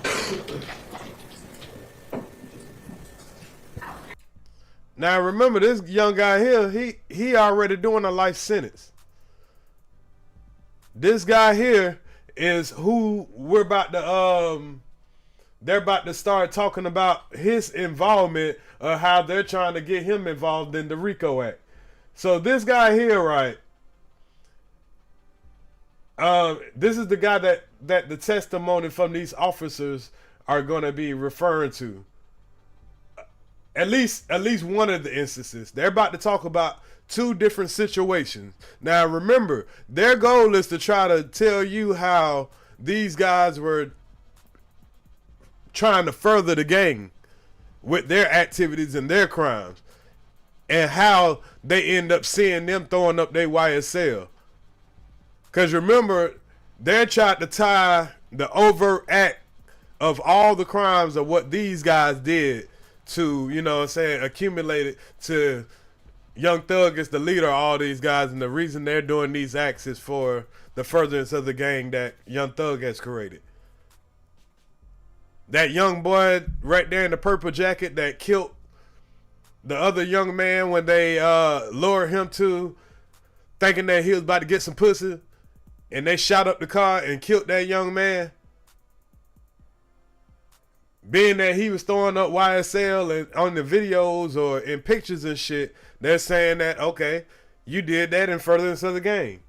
When that was just a personal beef with him. To be what it looked like.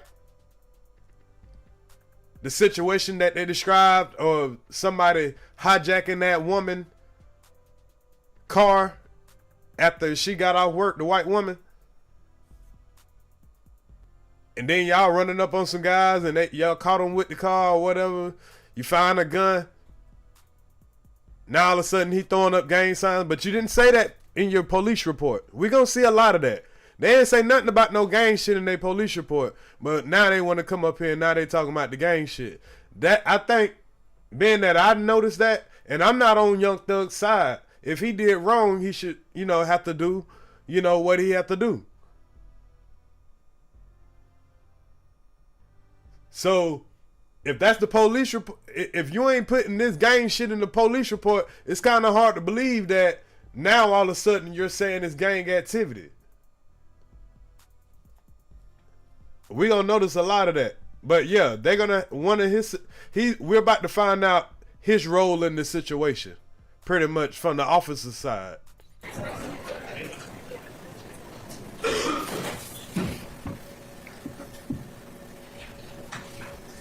Hey, you definitely right, El Hombre Negro. This is definitely just the beginning. These are the crumbs. They're getting all the bullshit out the way right now. The big dogs the big shit ain't came yet. They saving the big donkey drops for the end. Trust me. This just the yeah.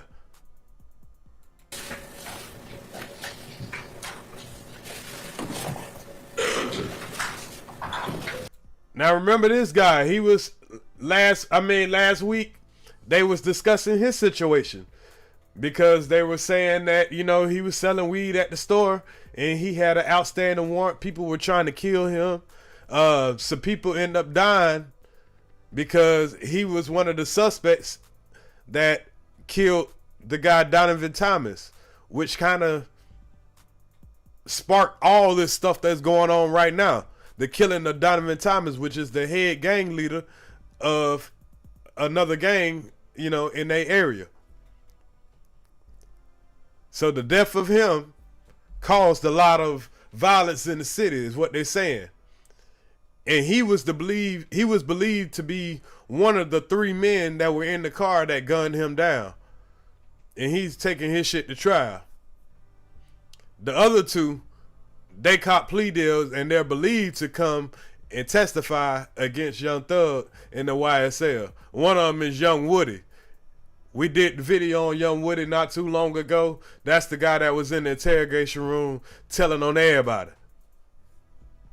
Eating on a Big Mac. And then you got the guy that, remember, if you seen the last video I did on this, he took the plea deal for 15 years of probation, 1 year in. So he's free. He's supposed to come and testify. He's supposed to be one of the shooters. So if you got 2 of the guys that were one of the shooters and they're going to point out the guy in the purple jacket and say, yeah, he was with us when we went and shot. And yeah, Young Thug paid us and Young Thug sent us to Miami. And he's the only dude that's sitting up there saying, no, that didn't happen. But we going to see what's going to happen. The juicy part is to come. I'll previously, I think our jury needs 5 minutes. So. John, in that 5 minutes, if there's something I can say for attention, I would appreciate it while I do it later. Yes, sir. And good morning, Your Honor. Good morning, everyone. Happy holidays to everybody. Your Honor, could you order following? We have the original witness list of approximately 741 people. The state announced that they have condensed it to 400 approximately 400 people. We get those 400, so I'm not marking that I need to interview and wait. I'm still trying to find witnesses. Of the 300, the state is not going to call. But I have like a order from the South Court to get 400. If you think that's good, I would like. Have they already tendered that list to your witness list? I have 741. I do not have the announcement that it's now 400 approximately. I do not know who is the omitted people or who is on there. Okay, so they're talking some witness talk right now. We'll skip through that part.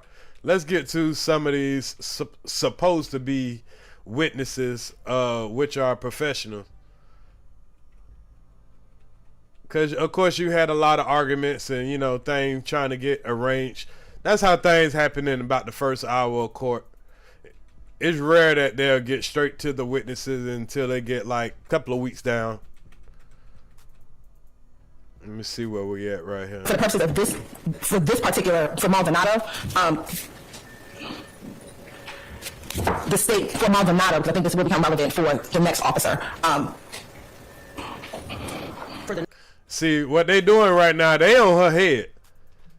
Your boss ain't here, they gonna damn sure test her. Next officer for 2017, I'm not aware of. You gave me a list. I'm thinking through something real quick. Oh, you said don't skip that part? How far you want me to go back?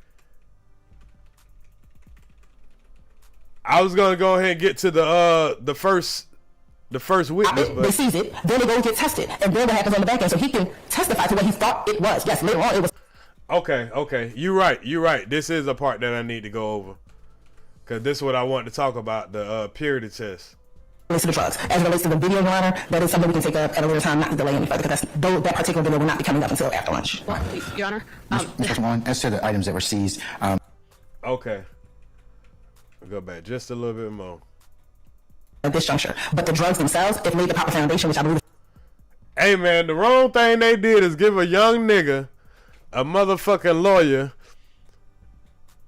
that just got out of goddamn lawyer school. This nigga ain't had no coochie in 4 years. Boy, he putting out his best Mac game.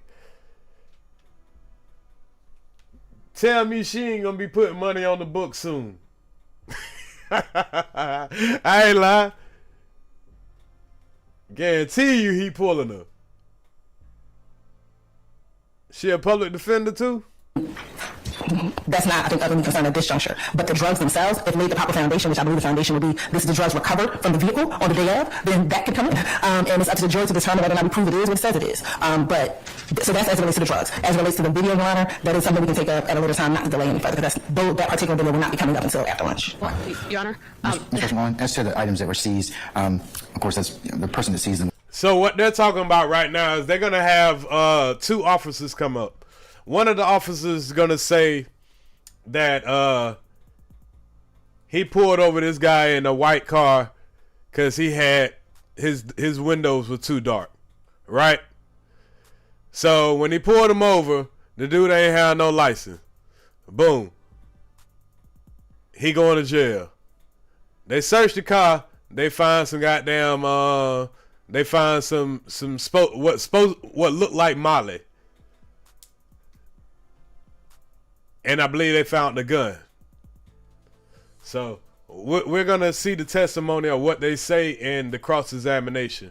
And you're going to tell me how the fuck that connect them to YSL. Will be part of the foundation. We don't know necessarily what they are at this point in time, what they purport to be. But the admission of those drugs, I guess until we get a GBI or somebody else that testifies to that, then of course that's another issue. But it is, Your Honor, and I do have an issue for one of the first witnesses that they're going to call before lunch. I want to hurry and get to that. But Your Honor, in reference to the drugs, the reason why I'm bringing that up now is because that has already went to the GBI. So we know that what the officers thought was MDMA was not. So we know that. That's confusing. That's misleading to the jury. We know that. We also know that the pills were not tested. We know that. So we know that this officer and no one else in court today could or should be telling the jury that it's ecstasy pill. We already know that. We know that they shouldn't be able to say that because it wasn't tested. So what I'm asking, Your Honor, is for you to restrict this officer from testifying, I seized ecstasy. I seized MDMA. I seized Xanax. That officer should not be able to testify to that because we already know that it's not true. Your Honor, he testified to what he thought it to be. Now, yes, the GBI later tested it. But when he stopped them, that's what... Okay, y'all, this is a very good argument. Y'all, this is a very good argument because what this officer is going to come up here and say is this car that he pulled over, that they found this, what they thought was Molly, MDMA, it turned out to be bath salt. So, being that when they tested it, and he had 5 bags, he was only supposed, they told him, they wrote in the report, he only had 2 bags. They tested 1 bag. They did not test the pills. So you don't know what kind of pills those is. And the shit that you did test, it turned out to be bath salt. So what this lawyer is trying to do, which is probably, is trying to do. She's trying to say you shouldn't even be able to put this shit in there because you didn't find no motherfucking goddamn MDMA. You ain't even test the pill, so you don't know what that shit is. So you shouldn't even be talking about that shit. So yeah, she cooking. She got the but this again, the judge seemed like he's giving a little favoritism because this prosecutor, he definitely letting this prosecutor slip the bullshit in there because that dude is definitely gonna come up with the bullshit. It was what they thought it was. That happens in any chronological order. They stop it, they seize it, then they go get tested, and then what happens on the back end. So he can testify to what he thought it was. Yes, later on it was tested, but when he stopped it and seized it, this is what he thought it was. I'm gonna probably allow that, Mr. Foreman. Okay, he should cross-examine him on whether or not it was it or wasn't it. What? Yeah. That's not the issue. All right, so I'll probably allow that. Okay, so that's what he's gonna allow. He's gonna allow. Okay, he still can testify what he thought it was when he was arresting him, but you know what I'm saying. Then you can cross-examine and tell them that it really wasn't dope, but you thought it was dope. But that's even more dangerous, y'all. Think about it. These niggas out here selling motherfucking bath salt. They did do some justice right here. Don't get me wrong. They did some fucking justice right here. You just stopped a nigga from selling a motherfucking goddamn ounce of bath salt to motherfuckers thinking it's Molly. They really did do some justice in the streets right there. But we gonna hear the testimony of the officers that did that. But at the end of the day, how does that tie them to Young Thug? Because they were on the internet and throwing up motherfucking YSL sign? Saying they YSL? That's like me hollering I'm a no limit soldier in 1999. I'm a cash money millionaire. That don't mean shit cause a nigga throwing up a motherfucking gang sign. It's plenty of nigga false claim all the time. That's my point. Like I say, I ain't got no favorites. I ain't picking Nan's side. I'm gonna make points for Young Thug's side or point of view, and I'm gonna make points from the prosecution side. And from the judge side, shit, I'm judging every motherfucking body. And motherfuckers gonna judge me, shit. We just watching all the behavior. If there is a conspiracy, we damn sure gonna keep our eye on this motherfucker. You tell me what you think. Make sure y'all hit that like button though. So, anyways, what else you have? All right, Your Honor, for Maldonado, Sergeant Maldonado, from my understanding, the state said he will testify before lunch. This was an incident for 2017, a traffic stop for window violation. We would object to Maldonado testifying that Mr. Nichols was also arrested, beside the arrest for this incident, but also arrested for some other warrants. It's highly prejudicial. It's not probative. Those warrants have nothing to do with this indictment, and so we would object to the officer mentioning warrants. All right, Ms. Hilton.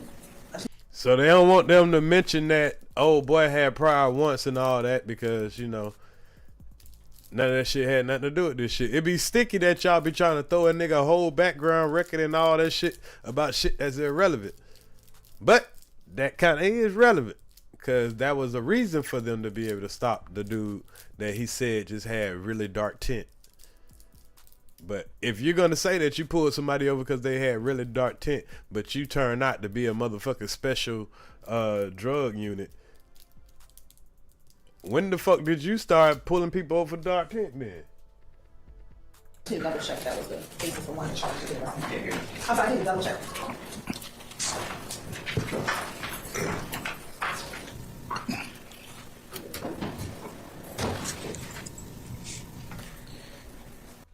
I'm sorry, I wasn't able to hear you, Ms. Hilton.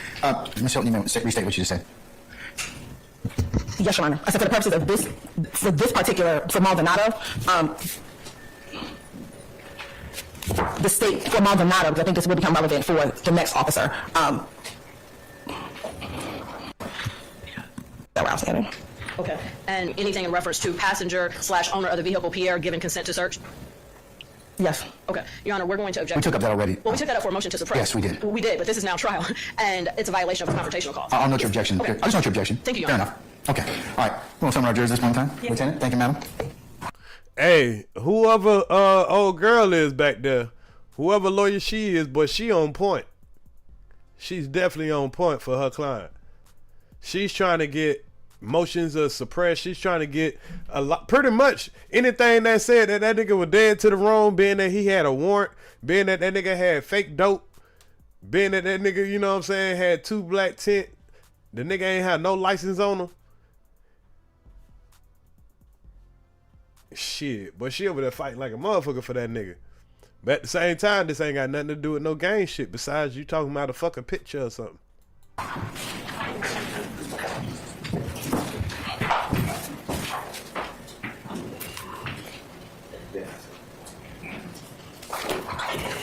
right, so jury, please. He's right here. Hey, little homie over there too motherfucking happy with a life sentence, bro. This man been locked up since he was 15. He's 19 right now. He a little too motherfucking happy over there with the, you know what I'm saying, with this shit going on, my guy. I ain't lying.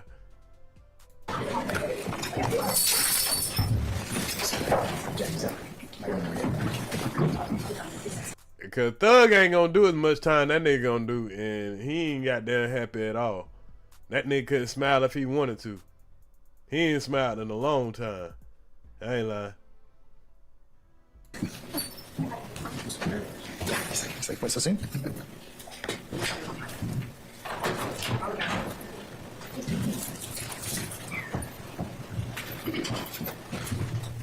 All right, thank you, Lieutenant Walker. Okay, ladies and gentlemen, please be seated. Members of the jury, good morning. All right, y'all sound good. Sound like you're sufficiently sugared and caffeinated. So without further delay, we're going to go ahead and continue with the presentation of the case. Ms. Hilton, call your next witness, ma'am. Thank you, Your Honor. The state calls investigator Antonio Skeet to the stand. All right, summon investigator Skeet, please. Investigator Skeet. All right, y'all. We got to our first witness. This is an investigator. Morning, sir. If you please approach the witness stand. Once you get there, turn and face Sergeant Brown to be sworn as a witness before you sit down, okay? Before I find the testimony about you, we truth, ocean, nothing but truth. Yes. Have a seat, just in the microphone. State your first and last name, spell the both. Name is Antonio Skeet, and that's spelled Antonio. Last name is Skeet. Good morning, Mackenzie. How are you? I'm well. You can sit, turn, and talk to our jurors. Where are you employed? City of Atlanta Police Department. You're under objection to the prosecutor instructing the witness how to testify. Overruled. How long have you been with the City Police Department? 19 years and 5 months. And in those 5 months, where are you currently assigned to? So we got a 19-year vet. Back then, it probably would have been, you know, probably around 15 years. We'll take out some years. I think this incident that they're about to refer to was in 2017. I'm assigned to Criminal Investigation Department, Special Enforcement Section, Fugitive Unit. And how long have you? Okay, he's assigned to the Fugitive Unit. Keep that in mind, y'all. So this is the Fugitive Unit officer speaking. So they was looking for a fugitive. They got to slide that in because they can't just outright tell the jury that. The jury gonna have to catch that on their own. That's what they were talking about before they came in. You can't just outright say it, but they gonna kind of slip that in there. You've been with that? I would say about roughly three years. Can you tell the jury briefly about your time in the police department, starting about where you worked since the police academy? Okay, after graduating the police. And remember, this is the prosecutor. So the prosecutor is going to throw, you know, just trying to make sure he sounds credible, tell his background, you know, and, you know, tell about an arrest that he made. So they can kind of prove their point about how this ties this young man that they're going to describe into YSL. Academy. I was assigned to Zone 2 Evening Watch patrols. So basically I stayed there until about, I would say, 6 years on patrol. Then I was assigned to a unit called the Field Investigation Team. So he was 6 years on patrol. Then he kind of advanced to a Special Investigation Team. Basically what we used to do is work in hotspots in the Zone 2 area. They pretty much work around the goddamn hood. After that, I was sent to the gang unit, and I spent. Then he advanced to the gang unit. About a year there. A year in the gang unit. Came back, and I was then assigned to Zone 2 CID as an investigator. And when you say CID, what do you mean? Criminal investigations. Criminal investigations. How long were you with Zone 2 Criminal Investigation? In Zone 6. I'll say maybe about 8 years. I forgot my math right, but. When did you start with Zone 2 CID? As far as the years, I don't remember what year it was. I mean, my career was so much going on. So as far as the years, I would say back in, was it 2011? That's when you started with Zone 2 CID? Yes. How long were you with Zone 2 CID? Located in the northeastern part of the city of Atlanta. That would be the Buckhead area. The bridge between Cobb County and Chattahoochee. I'm back over to Bolton and Howard Mill. So he just pretty much telling them what areas cover Zone 6. And I'm going to skip through this a little bit because we got a lot to go. So I want to make sure that we be able to, you know, cover a good bit. We'll get as far as we can, and then, you know, we'll come back with it back to back. And down to where the water treatment plant is at, which is on Northside Drive. And as an investigator with Zone 2 CID, or an investigator within the police department, tell the jurors about some of your duties and responsibilities. Well, as far as the Zone 2 investigator? Yes. Well, my duties were general crimes, like basically anything that came in. And there were more investigators, so they would get assigned to each and every investigator. All depends on what it is. So my duties was just general crimes, meaning burglary, ag assaults. All depends on what needed to be investigated. So his job is just to investigate general crimes, burglaries, assaults, all kind of shit like that. So y'all got to understand their roles when they're talking, and how they became involved in the investigation that has anything to do with Young Thug. And generally, how did an investigator do a case? The cases are assigned by your supervisor, which will be your sergeant. And as those cases come in, there's a list of names of investigators. Nah, he said Zone 6, hey yo. He said from all the way from, I think he said east to Buckhead. From east, I don't know. I mean, I'm pretty sure he got them police know their zones. Is that they'll go down the list and assign. I get one today, the next person gets the next case that comes in, and it goes on and all like that until it gets back to your name. I'm going to direct your attention to July 10th, 2013. Were you working in Zone 2 as an investigator during that time? Yes, I was. And during that period of time. So we're talking about 2013. Let's go back 10 years, y'all. Did you have assistant by the name of Andrew Phillips? Yes, I did. How were you able to assist that citizen? Mr. Phillips had a burglary that happened to his premises at 11 DuBois Avenue, and that's in Zone 2. And I didn't directly make contact with him on the day of the burglary, but I called. So pretty much, another officer from another zone contacted him in connection to a burglary. And I received a serial number from some of the property that was stolen from that burglary, and that item that was the serial number he had for that item was a SIG handgun. What are you looking at? Just my little notes. That's basically it. I'm trying to remember. It's 2013. I know. I just have to make sure whatever you're looking at, the council knows. So you need to look at your report. I have a copy for you. Okay. When do you recall when he initially reported the burglary? I think it was 2 days prior to that, if I'm correct. So pretty much they was investigating a burglary, and they were just, you know, using their contacts from zone to zone. And you begin. And I'm assuming that's how this young man's name came up, or they had a warrant for him for a burglary for a gun. Say that it was 6 hours. Was that a handgun? Yes, ma'am. And was he able to provide you the serial number? Yes, he did. What was the serial number? Can I look at the number? Do you need to refresh your memory? Well, I mean, it's no problem. So the person who gun got stolen, they provided their serial number. So right now they're just about to verify that, you know, they had a serial number to a certain gun. And let me ask you this: did you write a report that had his serial number on there? Yes. And we'll look at a copy of that report, help refresh your memory as to what the serial number was. Yes. All right.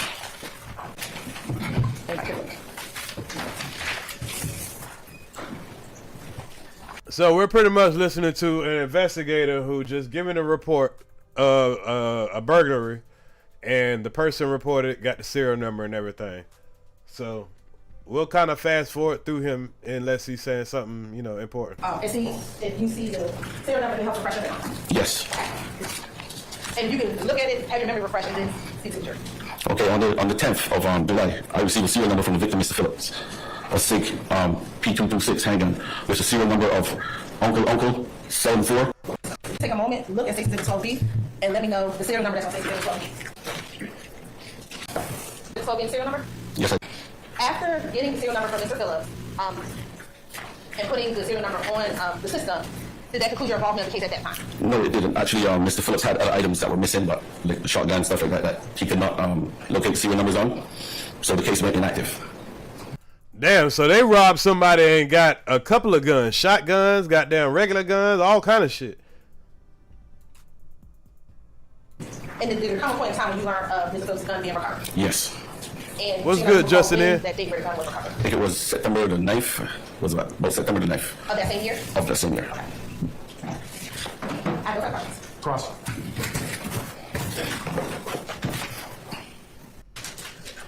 Thank you, Your Honor. Good morning. How are you, investigator? Fine. Good to see you again. So he's about to get cross-examined by, Young Thug's $1 million lawyer. The notes that you brought with you, that you were referring to earlier in your testimony, do you still have them in front of you? Yeah, they're here. And did you review those notes and use them to prepare yourself for testimony today? Basically, yes. May I look at them, Your Honor? You may. May I approach? Yes. Okay, and thank you very much. From your information, the burglary happens possibly July 10th, 2013. Does that sound approximately correct? Yes, that ballpark, correct. Okay, and you don't go out to the house of the Phillips, is that fair to say? No. But you receive a call from Ms. Phillips or Mr. Phillips? Mr. Phillips. Okay, and you get information to try to learn about what you can do to put the gun or the other property on the system, the computer system. It's fair to say?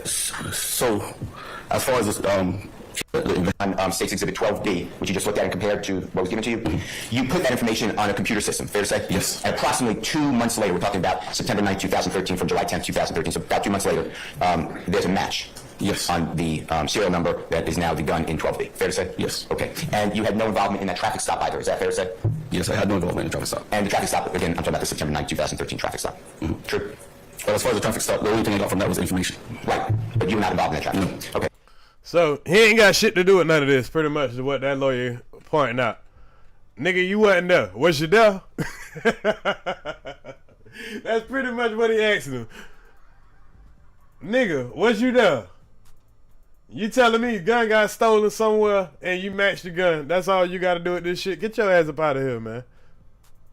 When a permanent excuse you the witness, you're free to go about your use of duties and navigation. Just don't discuss your testimony with anybody except the attorneys in this case, okay? So that's the first witness. That was pretty quick. Go on about your business. You know what I'm saying? Now, this is the 70, 90 witnesses this woman bringing up. These the type of motherfuckers gonna be coming up. These are the type of motherfuckers gonna be coming up. Thank you. Thank you, sir. 700 witnesses.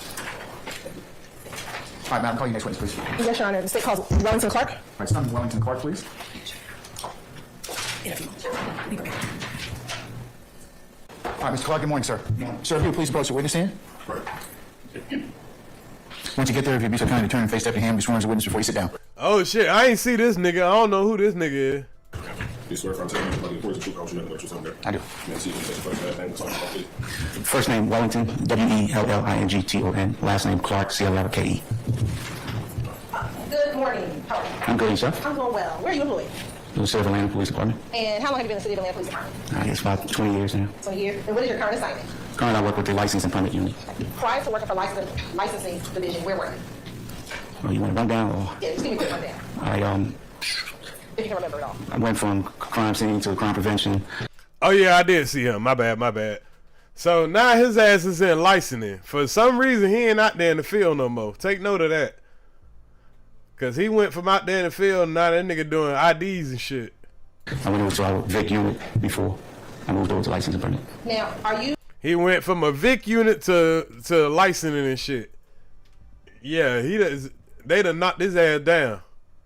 A post-certified officer? Yeah. Previously employed with APD? Yeah. Tell the jurors, what do you do when you were a crime scene tech? When was that period of time?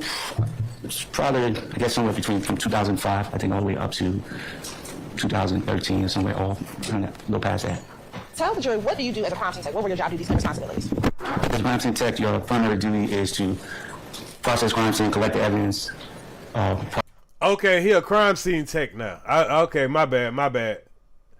He a crime scene tech. So what he's gonna do is tell you, what he do to, when he come and pick up the dope or whatever, or the gun or whatever. So we ain't gonna drag through him too much. But I'll at least let him tell his title. Process it or forward to GBI.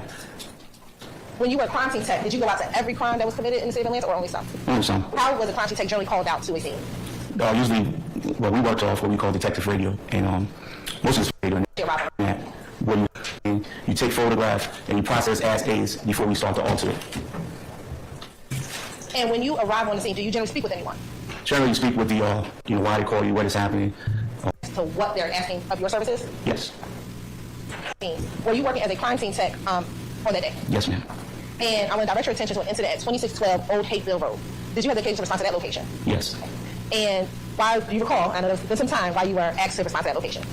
From my report, I read it. I think it was involving when I was officer. It was involving one of your officers? Yes. Okay. And what were you asked to do?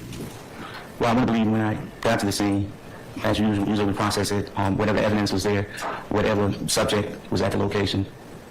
So pretty much, he's gonna tell that he was a crime scene tech. He came out there, pretty much picked up whatever they want, passed it over to the GBI, which is gonna be this so-called MDMA.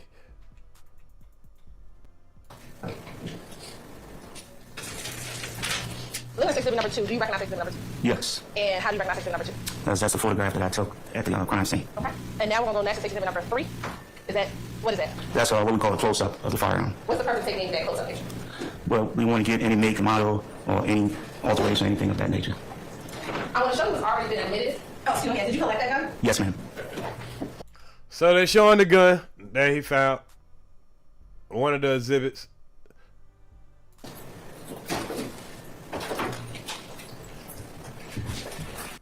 Gun that.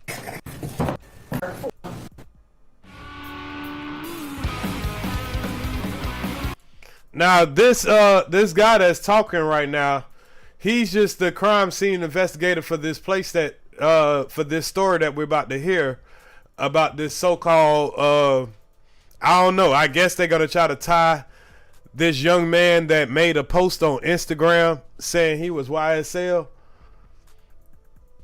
Then they're gonna tell the officer that went and seen the Instagram post, decided to get together a team to go pull up on these guys, arrest them, and now all of a sudden they YSL members.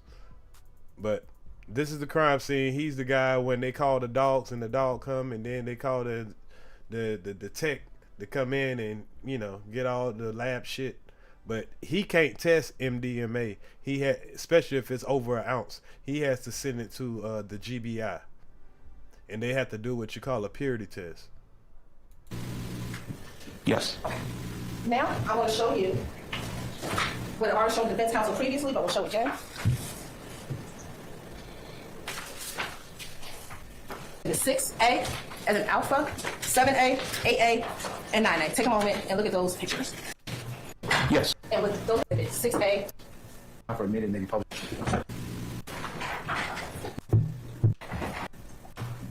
Take pictures, or you just told me to take the pictures? I just took the photograph. Okay, thank you. And was this one the photograph you took? Yes. All right. Now looking at 7A. Was also 8A. Was this one the pictures you took? Yes. All right. Boy, these niggas look mad as a motherfucker, boy. Yeah, you done fucked up some niggas' night. Yes, ma'am. After you took the pictures and collected the evidence, did that include your involvement in the case? Yes. I know that. Cross.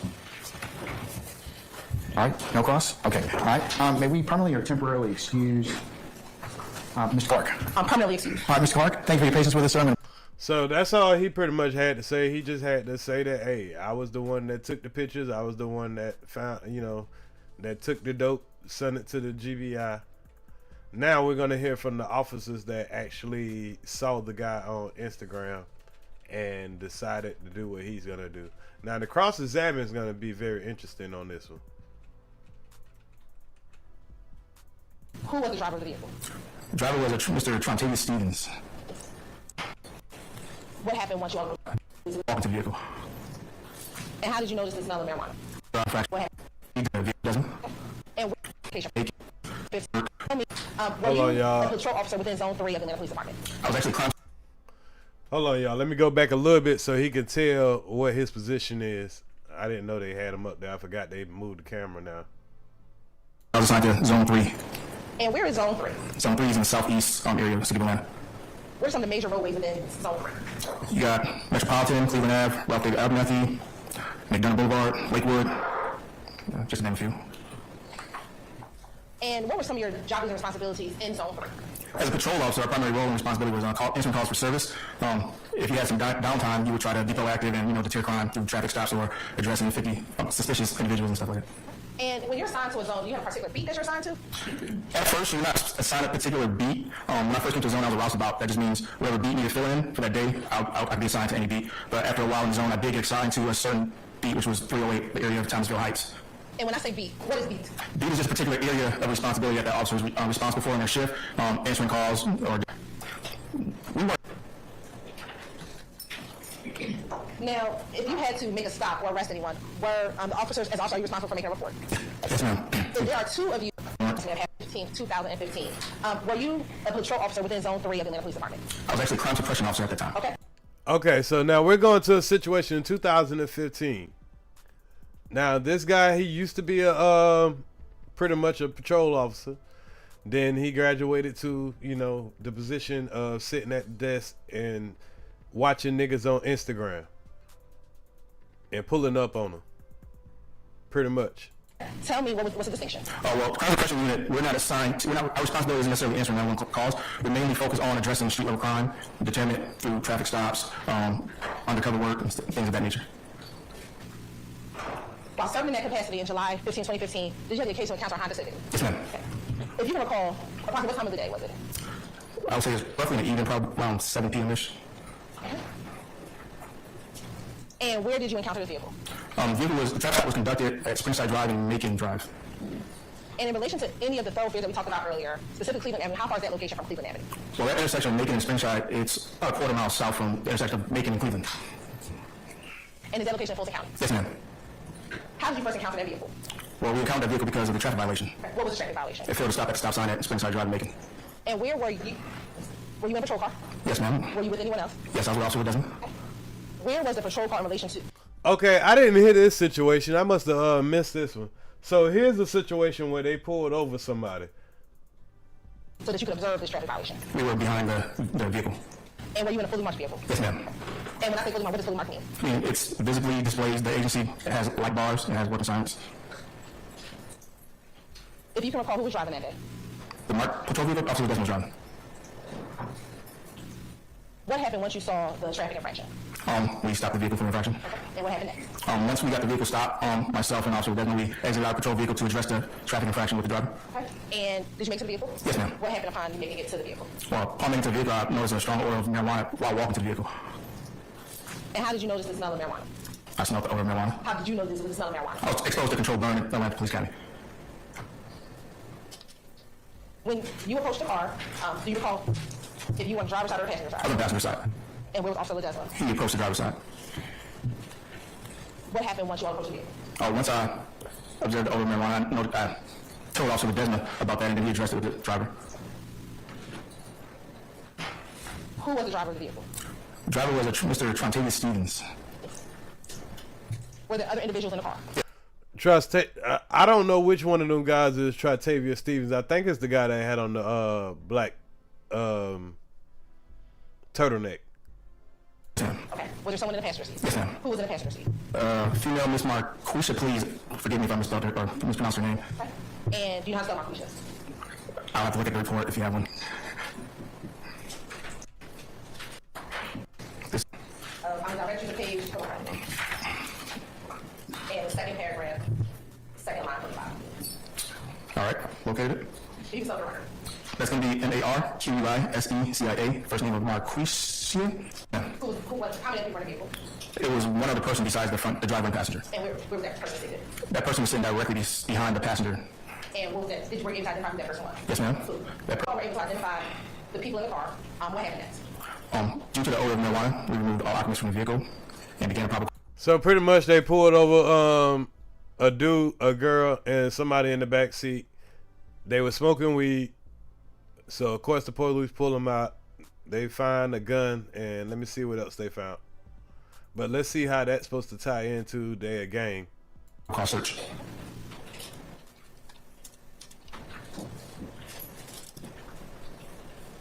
Did you find anything upon doing a probable cause search? Yes, ma'am. We recovered marijuana, a firearm, digital skill, and money. And we're going to first talk about the marijuana. Where was the marijuana? Marijuana was located underneath the passenger seat.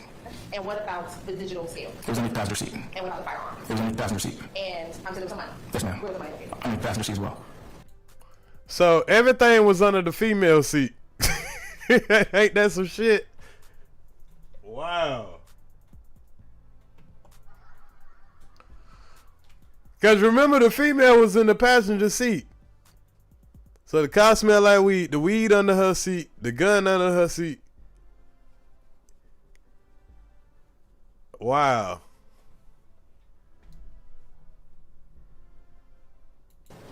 Was there anything else found in the vehicle? Can I refer to the report? Cool.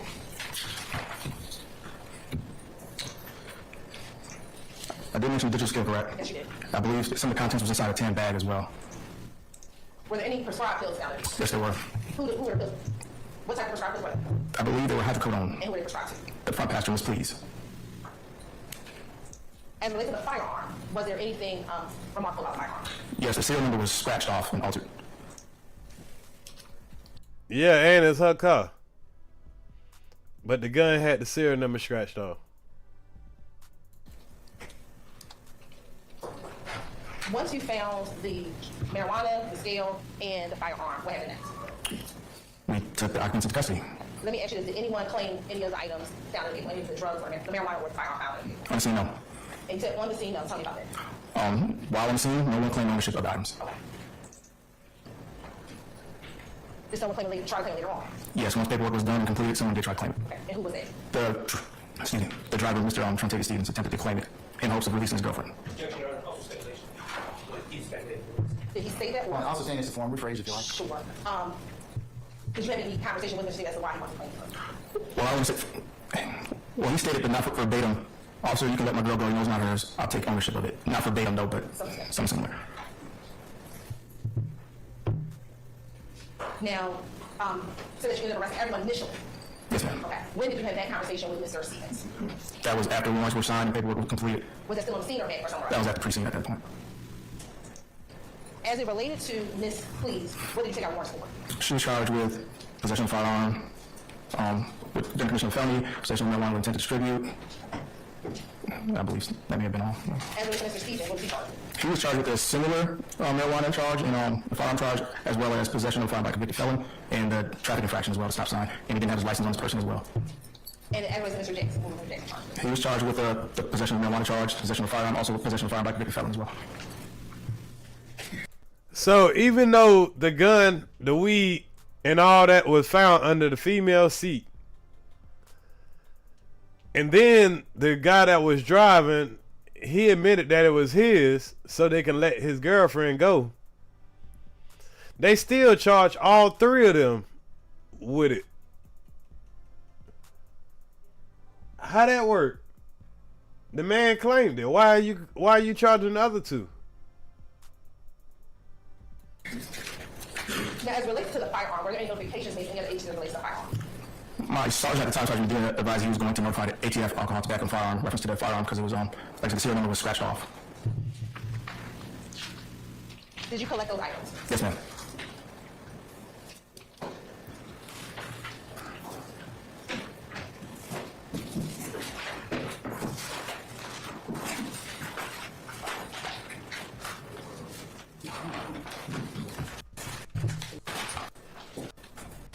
And 58. It was 58G, I believe. Marijuana and some of the items was inside that was recovered underneath the passenger seat. 56. Anybody else? All right. And they may have been operating in that area. Sure. And specifically, what gangs were you aware they were operating through that area? Basis. I'm over with objection. On both grounds. Thank you. What gangs were you aware of? I mean, roll call training would brief that Cleveland area may be occupied by Bloods, YSL, Rock Crew, just to name a few. All right, questions, Dalton? So this is how they're establishing their connection to Young Thug or the Rock Crew or any Bloods in YSL. But I don't know if they put this in their report. Cross. We're about to find out because the cross-examining, They're definitely gonna ask them that. All right, Mr. Sharp, go ahead whenever you're ready, sir. Thank you.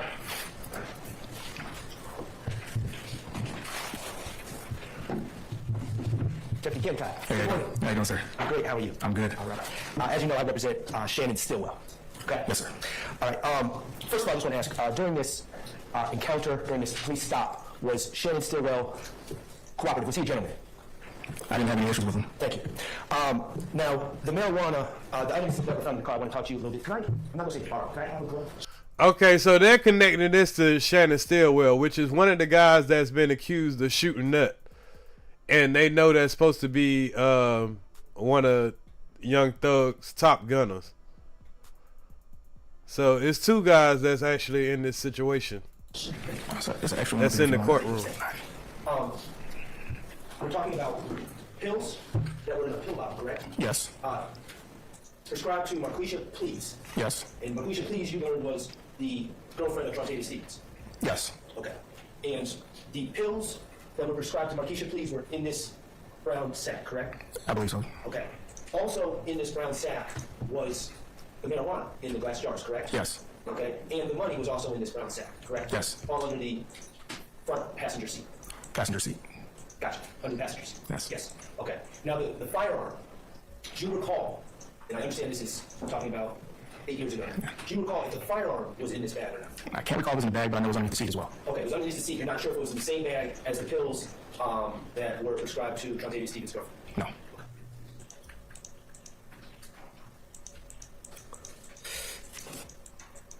Was the firearm, were the glass jars or the firearm, were they ever processed for, to your knowledge, for fingerprints or DNA or anything like that? To my knowledge, I'm not aware. Once we place it in property, the property officers, they handle that. Okay. Okay, and just so we're clear, Trontavia Stevens, you made the decision. Were you in charge of what to charge and who to charge? I was a charging officer, yes. Along with Officer Ledesma? Yes. So you consulted with each other? Yes. Yes. Okay, and to be clear, the car, the Civic, it was a Civic, correct? And Trontavia Stevens was driving? Yes. And my client, Shannon Still, was in the backseat? Yes. Okay. Regarding Mr. Stevens, you recognized him from a previous incident a couple weeks before this incident, correct? Yes. In that incident, you were serving backup to Officer Law and Officer Collins. Okay, so they had a run-in with this dude a couple of weeks before. Sometimes that make a little sense. In their arrest, correct? Yes. And that arrest was of Trontavia Stevens. They'd be the police. They seen somebody they arrested a couple of weeks before, and now they gonna fuck with you again. I believe For drug charges. I believe so. Okay. And Trontavia Stevens, in this case, after you made those charging decisions to charge all three individuals with both the gun and the drugs, he claimed the items, or he attempted to claim the items. Yes. Okay. Yeah, these niggas ain't never got no money in their pockets for them niggas be talking about they part of the gang. These niggas be having $1, $12, $9, all kind of shit. $19.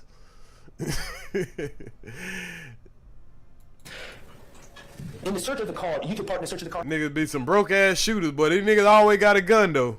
Niggas ain't never got no money. Yes. Okay, in the search of the car, did you note any gang-related paraphernalia or anything inside the car? No, I didn't document any gang paraphernalia. Okay, and in your charging decisions that you and Officer Desmond made, did you charge any of the individuals in the car with violation of the Gang Act, the Georgia Gang Act? No. Okay, I have no further questions. Thank you. Any further cross, counsels? Anyone? The gentleman wearing the brown blazer with the black turtleneck in the far back left corner court. The gentleman.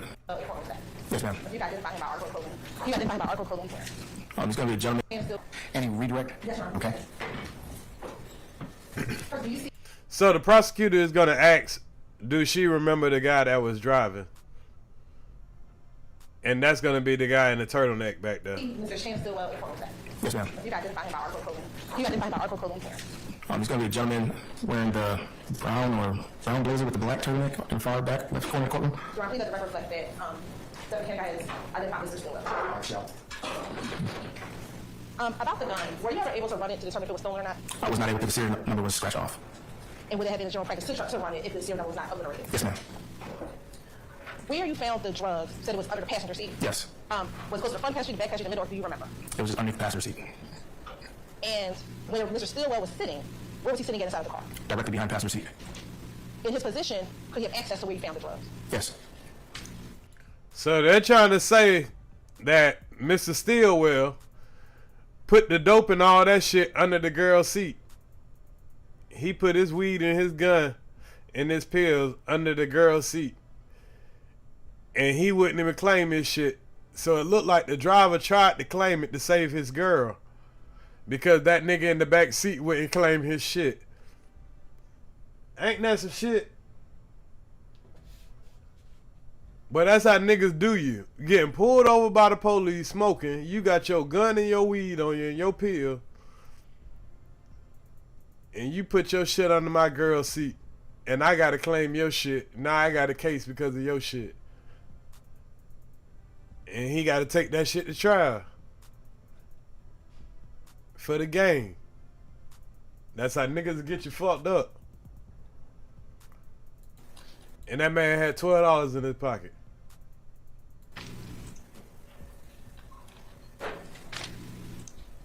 And when you spoke to Mr. Stevens about the claiming, this was after the fact. Yes. No further question. Anything further? Just so we're clear, 3 people were charged with 1 gun, correct? Yes. Okay, and the location where ultimately the stop took place was at Trontavia Stevens' grandmother's house, correct?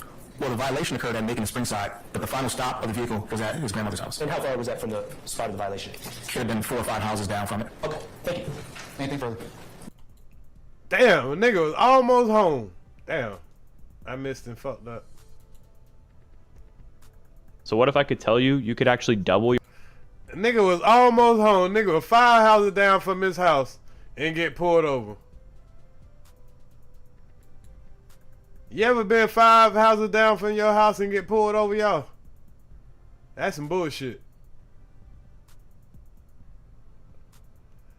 Damn, y'all, I fucked around and clicked off of the spot that I was at.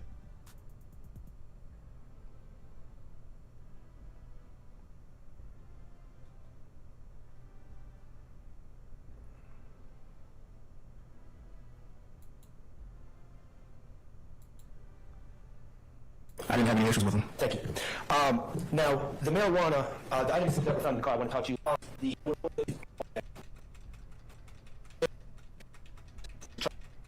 Hold up, yeah. Went to your consideration was $19. Yes. Okay. Right. Yes. And all right. I heard you a little while ago you identified Shannon. So this is one of Young Thug's lawyers. Trying to find out how this shit gonna connect them to Young Thug. Still well informed. You don't see Trontavia Stevens, do you? No, sir. Okay. $19 was how much was recovered from the car? $19? Yes. That was in the same bag, right, with the marijuana and the pills prescribed, please? Yes, I believe so. Out of 2 niggas and a female, they got $19 out of that motherfucker. This nigga had $19. These niggas out here thugging, killing shit, all that shit with $19 in their pocket. Wow. And the marijuana was what, like misdemeanor amount of marijuana, is that right? No, with the way it was baggaged and with the money and the scale, it was felony amount of marijuana. The amount, the weight was how much? Approximately 16 grams, but due to it being bagged in individual plastic baggies, the digital scale and the currency that was consistent with intent to distribute. Right. Which made it a felony. Yeah, that was my question. My question was the amount. The amount of marijuana was 16 grams? Yes. Less than an ounce, right? Less than an ounce, yes. Okay, got you. Less than an ounce of marijuana is a misdemeanor amount of marijuana. By itself, yes. Okay, got you. And the money that you're talking about, did you say went to your consideration was $19? Yes. Okay. I heard you. So pretty much the nigga had 16 grams. He had a little bit under half an ounce. Bagged that shit up. Man, $19, man. That man trying to make $200. $100 maybe. But he got that gun though. Say something earlier at the beginning. This stop came about as a result of traffic violation, right? Yes. You weren't called to the scene saying that anybody was doing anything, right? No. You weren't called to the scene because you suspected anybody was about to engage in any sort of racketeering activity or anything like that, did you? Objection, Your Honor. I'll sustain the objection. All right. You stopped the car because you were patrolling, and lo and behold, it's a red light violation, and bam, that gave you authority to stop the car. Stop sign violation. Stop sign, red line, stop sign. Okay, traffic infraction, what you referred to. Yes, sir. Okay, got you. And then we go from there to, I think you said, smell marijuana? Yes, sir. And search the car, you find the stuff, and everyone gets arrested, right? Yes, sir. And then later on, Stevens tells you, something to the effect of, you don't remember exactly, you can let my girlfriend go, you know it ain't hers, it's my stuff. He said something like that, right? Yeah, to the effect, yes. Once you're in the jail, right? It was already completed. And once the paperwork's done, They went to jail. Well, he had the opportunity to tell me that at the beginning. Yeah, he did at some point, right? After the fact that the warrants were signed and the judges were notified and it was... So they always try to use that excuse. He had the opportunity to tell me that at the beginning. So he took everybody to jail because the man really just tried to claim the dope so his girl didn't go to jail. But everybody knew that the weed in the gun was the nigga in the back seat, but he just tried not to have to snitch on that man. But the nigga in the back seat should have just did that out the gate. He could have stopped everybody from going to jail. That man shouldn't have to snitch on you. You should be man enough to goddamn take your own shit. Don't let my girl go to jail, my nigga. Cause we getting your motherfucking ass a ride. Is why you gotta be careful who you let get in your car. Out to jail. Right, so regardless of what you found out after that, paperwork's done, you're going to jail. At that point, yeah, decision was made, yes, sir. All right, that's all. Thank you. Anybody else? Anything further from the state? That $19, it was not found in the wallet or anything. It was found in the bag next to the marijuana. Yes, ma'am. And underneath the seat. This is a prime example of letting the hot boy get in your car. Nigga talking about, man, I smoke a blunt with you. You give me a ride to the bus station. You trying to give a nigga a ride to the bus station and goddamn get pulled over smoking that blunt. This nigga got a gun and some weed, a couple of pills, and $19. He was gonna give you $5 for gas or $10 for gas. This is a prime example. It ain't got shit to do with no YSL and no gang and all that shit. It might have happened on Cleveland Ave where the gang, where niggas are in a gang at. But the state, y'all are doing a horrible job of proving that these niggas were doing anything to push the gang. These niggas, if they trying to push the gang and niggas got $19 in their pocket, I ain't really feeling that. But I guess you're trying to say these niggas were broke. So them niggas would have did anything for Thug. Y'all think that's what she trying to say? These niggas was fucked up, broke, down bad. Them niggas would have did anything for Thug. That gotta be what she trying to get off. Yes, ma'am. All right, ladies and gentlemen, it's almost a noontime hour. How about some lunch? How about a stretch break and some lunch? Okay, all right. Let's go ahead, ladies and gentlemen. Don't discuss your testimony. Anybody set the attorneys in this case, okay? Hey, hold up now. It look like it's getting a little heated between Thug and this other lawyer back here. Who the fuck is that? That ain't Thug lawyer? Why he talking to this lawyer like that? What the hell going on? Yes, sir. All right, thank you, sir. You telling me this is a cool conversation going on back here? I didn't see this earlier. I was just listening. It looked like Thug telling me, motherfucker, what the fuck wrong with you, motherfucker? What the fuck? All right, ladies and gentlemen, it's almost a Nah, yeah, that nigga Dread shaking too much back here. Something going on.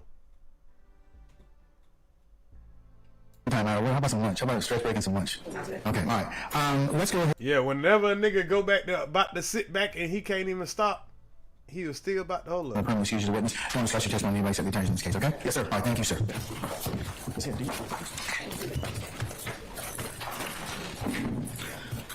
All right, ladies and gentlemen, it's almost a noontime hour. How about some lunch? How about a stretch break and some lunch? Okay, all right. Let's go ahead and plan on coming back for 1 o'clock, and we'll go ahead and get started at that point in time. We'll see where the afternoon leads us at that point. Remember, hey, that nigga pointing like, hey, the hell? You see this shit? the admonitions that the court has given you, you're still bound by them. If you should decide to step outside your headquarters, leave your notepads in the basket, and come on back ready and prepared for 1 o'clock, okay? Anything from me? Okay, all right, unless we have anything, ladies and gentlemen. That's a little curious right there. So let's go fast forward. Let's get to the next witness.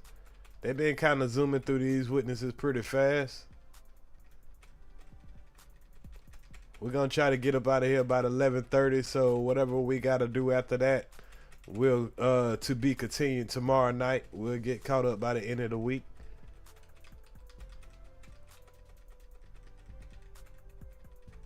So I believe the next witness is gonna be a officer. another one of these officers, and they're going to tell about another one of these situations. So that's pretty much another situation of a dude getting pulled over, putting it, and pretty much it's the dude right here with the dreadlocks right there. And remember, he's one of the guys that is accused of gunning down Donovan Thomas, of being in the car. I don't know if he was the shooter. They say he was the shooter. And they say the other guy was driving and another guy was in the passenger seat. I don't know if he was shooting also. But that's the guy, Woody, I believe. But this guy, on another occasion, was in the car with the dude with the turtleneck and his girl. They were just riding, smoking a blunt, and he tried to put all the damn dope in the gun under the man-girl car. So we just heard the officer testify to that. So let's see what their next occasion of so-called gang activity, because the only thing they can connect that to as far as the gang is saying that they were in the gang neighborhood.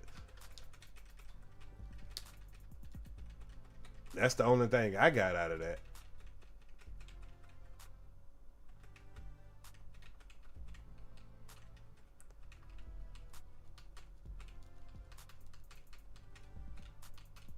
So they're taking a lunch break. I'm trying not to go too far ahead. Let me slide up a little bit till the court comes back in.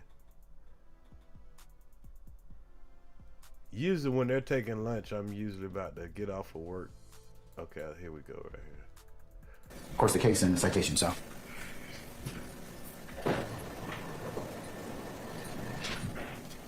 That's fine. Less than no problem. Yeah, I would, if I give it, it would be the trial court may accept a guilty plea from a defendant who claims innocence if the defendant has intelligently concluded that it is in his best interest to plead guilty, and the court has inquired into the factual basis for the plea and sought to resolve the conflict between the plea and the claim of innocence. Yes. All right, Mr. Sharp, I'm just going to remind you, and I'm going to remind Ms. Westmoreland. If you ask about this in any witness, it is a form of a guilty plea, and it'll be recorded as such. That's not in here. I'm not going to give that. If you open the door as to it, it's going to be. I'm going to include that. Yes, sir. Okay? Both you understand that? Yes, sir. Ms. Westmoreland? Yes. Okay, I just want you on. Okay, so they're preparing to allow in this next officer, and I think they're trying to keep out the fact that a guy has already pleaded guilty or not guilty to a crime. So that's kind of important, but the jury is not in there yet, and they're just kind of deliberating on what's going to be allowed and what's not going to be allowed. So let's see how this argument goes. I'll make sure. Okay.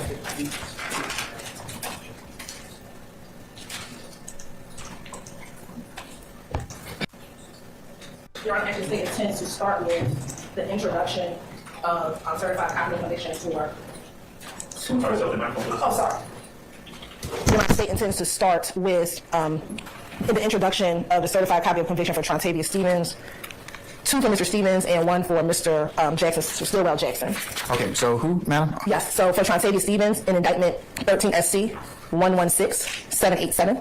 Okay, I need to know their names. Trontavious Stevens. Mr. Stevens? Yes, Your Honor. Okay, who else? And then there'll be a second certified copy for Trontavious Stevens as well, under indictment 15 SC 140132. As well as for Mr. Shannon Jackson under that same indictment number.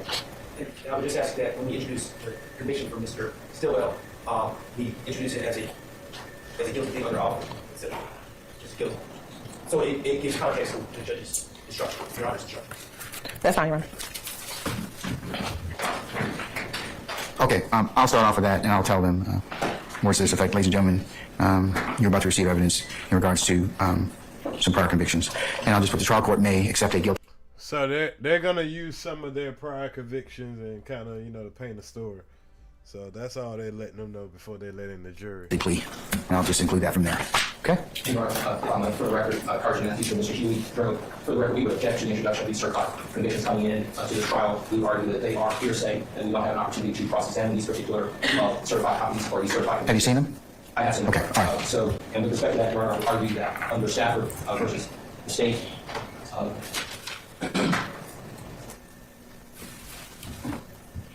That's going to be 312 Georgia 811. 2021 case. And we would argue to the court that... What's the citation again? You said 312 Georgia 811. And where it talks about hearsay statements that implicate a co-conspirator but do not advance the object of the conspiracy, such as statements that merely spill beans about conspiracy are not admissible. So we would argue that it's a Sixth Amendment confrontation clause issue as well. And on that basis, Your Honor, we would object to these convictions on the end of this trial.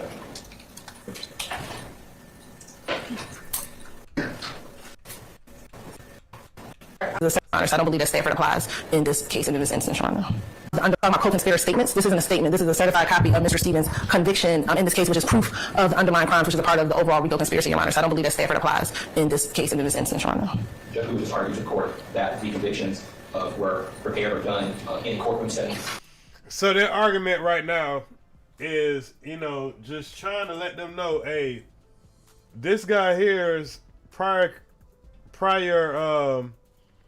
guilty pleas should be able to be allowed, because, and they're trying to keep it out because, of course, it would hurt them to say, hey, this dude is known for what the hell we about to accuse him of.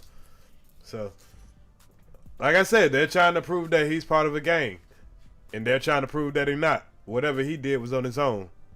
So we would argue that we don't have an opportunity to cross-examine any of that conviction, any policy, any vote issue that. All right, thank you, Mr. Matthews. I'm going to deny your motion. And I'm surprised you didn't let Mr. Steele argue that since it's his case. but anyways, sir. And I heard you ruling last week, Your Honor, State versus Jefferson. Yes, so again, if we have continuing objections. You may, sir. Thank you very much, Your Honor. All right. Okay. Anything else? Some of our jurors, please. All right, jury.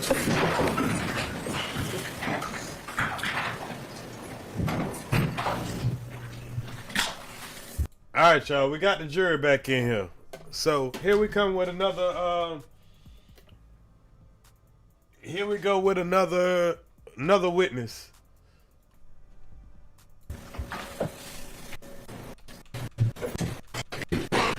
I'll give you a preliminary instruction as to how you should charge you formally on the law you shall apply to the facts and the evidence you determine them to be. A trial court may accept a guilty plea from a defendant who claims innocence if the defendant has intelligently concluded that it is in his best interest to plead guilty, and the court has inquired into the factual basis for the plea and sought to resolve the conflict between the plea and the claim of innocence. Call your next witness. Thank you, Your Honor. At this time, Your Honor, the state would like to enter State's Exhibit 11A, pursuant to 24-9-901, subsection 1, which is a certified copy of the conviction of Trontavia Stevens in case number 13SC 116787, where he pled guilty to aggravated assault with a deadly weapon and possession of a firearm during the commission of a felony. This is case 11A, is that correct? 11A, yes, Your Honor. You said it was an offered plea, is that correct? This was not an offered plea, Your Honor. Right. He received 10 years to serve 60 days commuted time served. His balance was on probation. And this is for... So he got 10 years for aggravated assault and a gun on probation. The January 25th, 2013, aggravated assault with Captain Reginald Pettis. And that's my conclusion for State's Exhibit 11A. They would like to tender as a self-authenticating document. Any further objection as to 11A?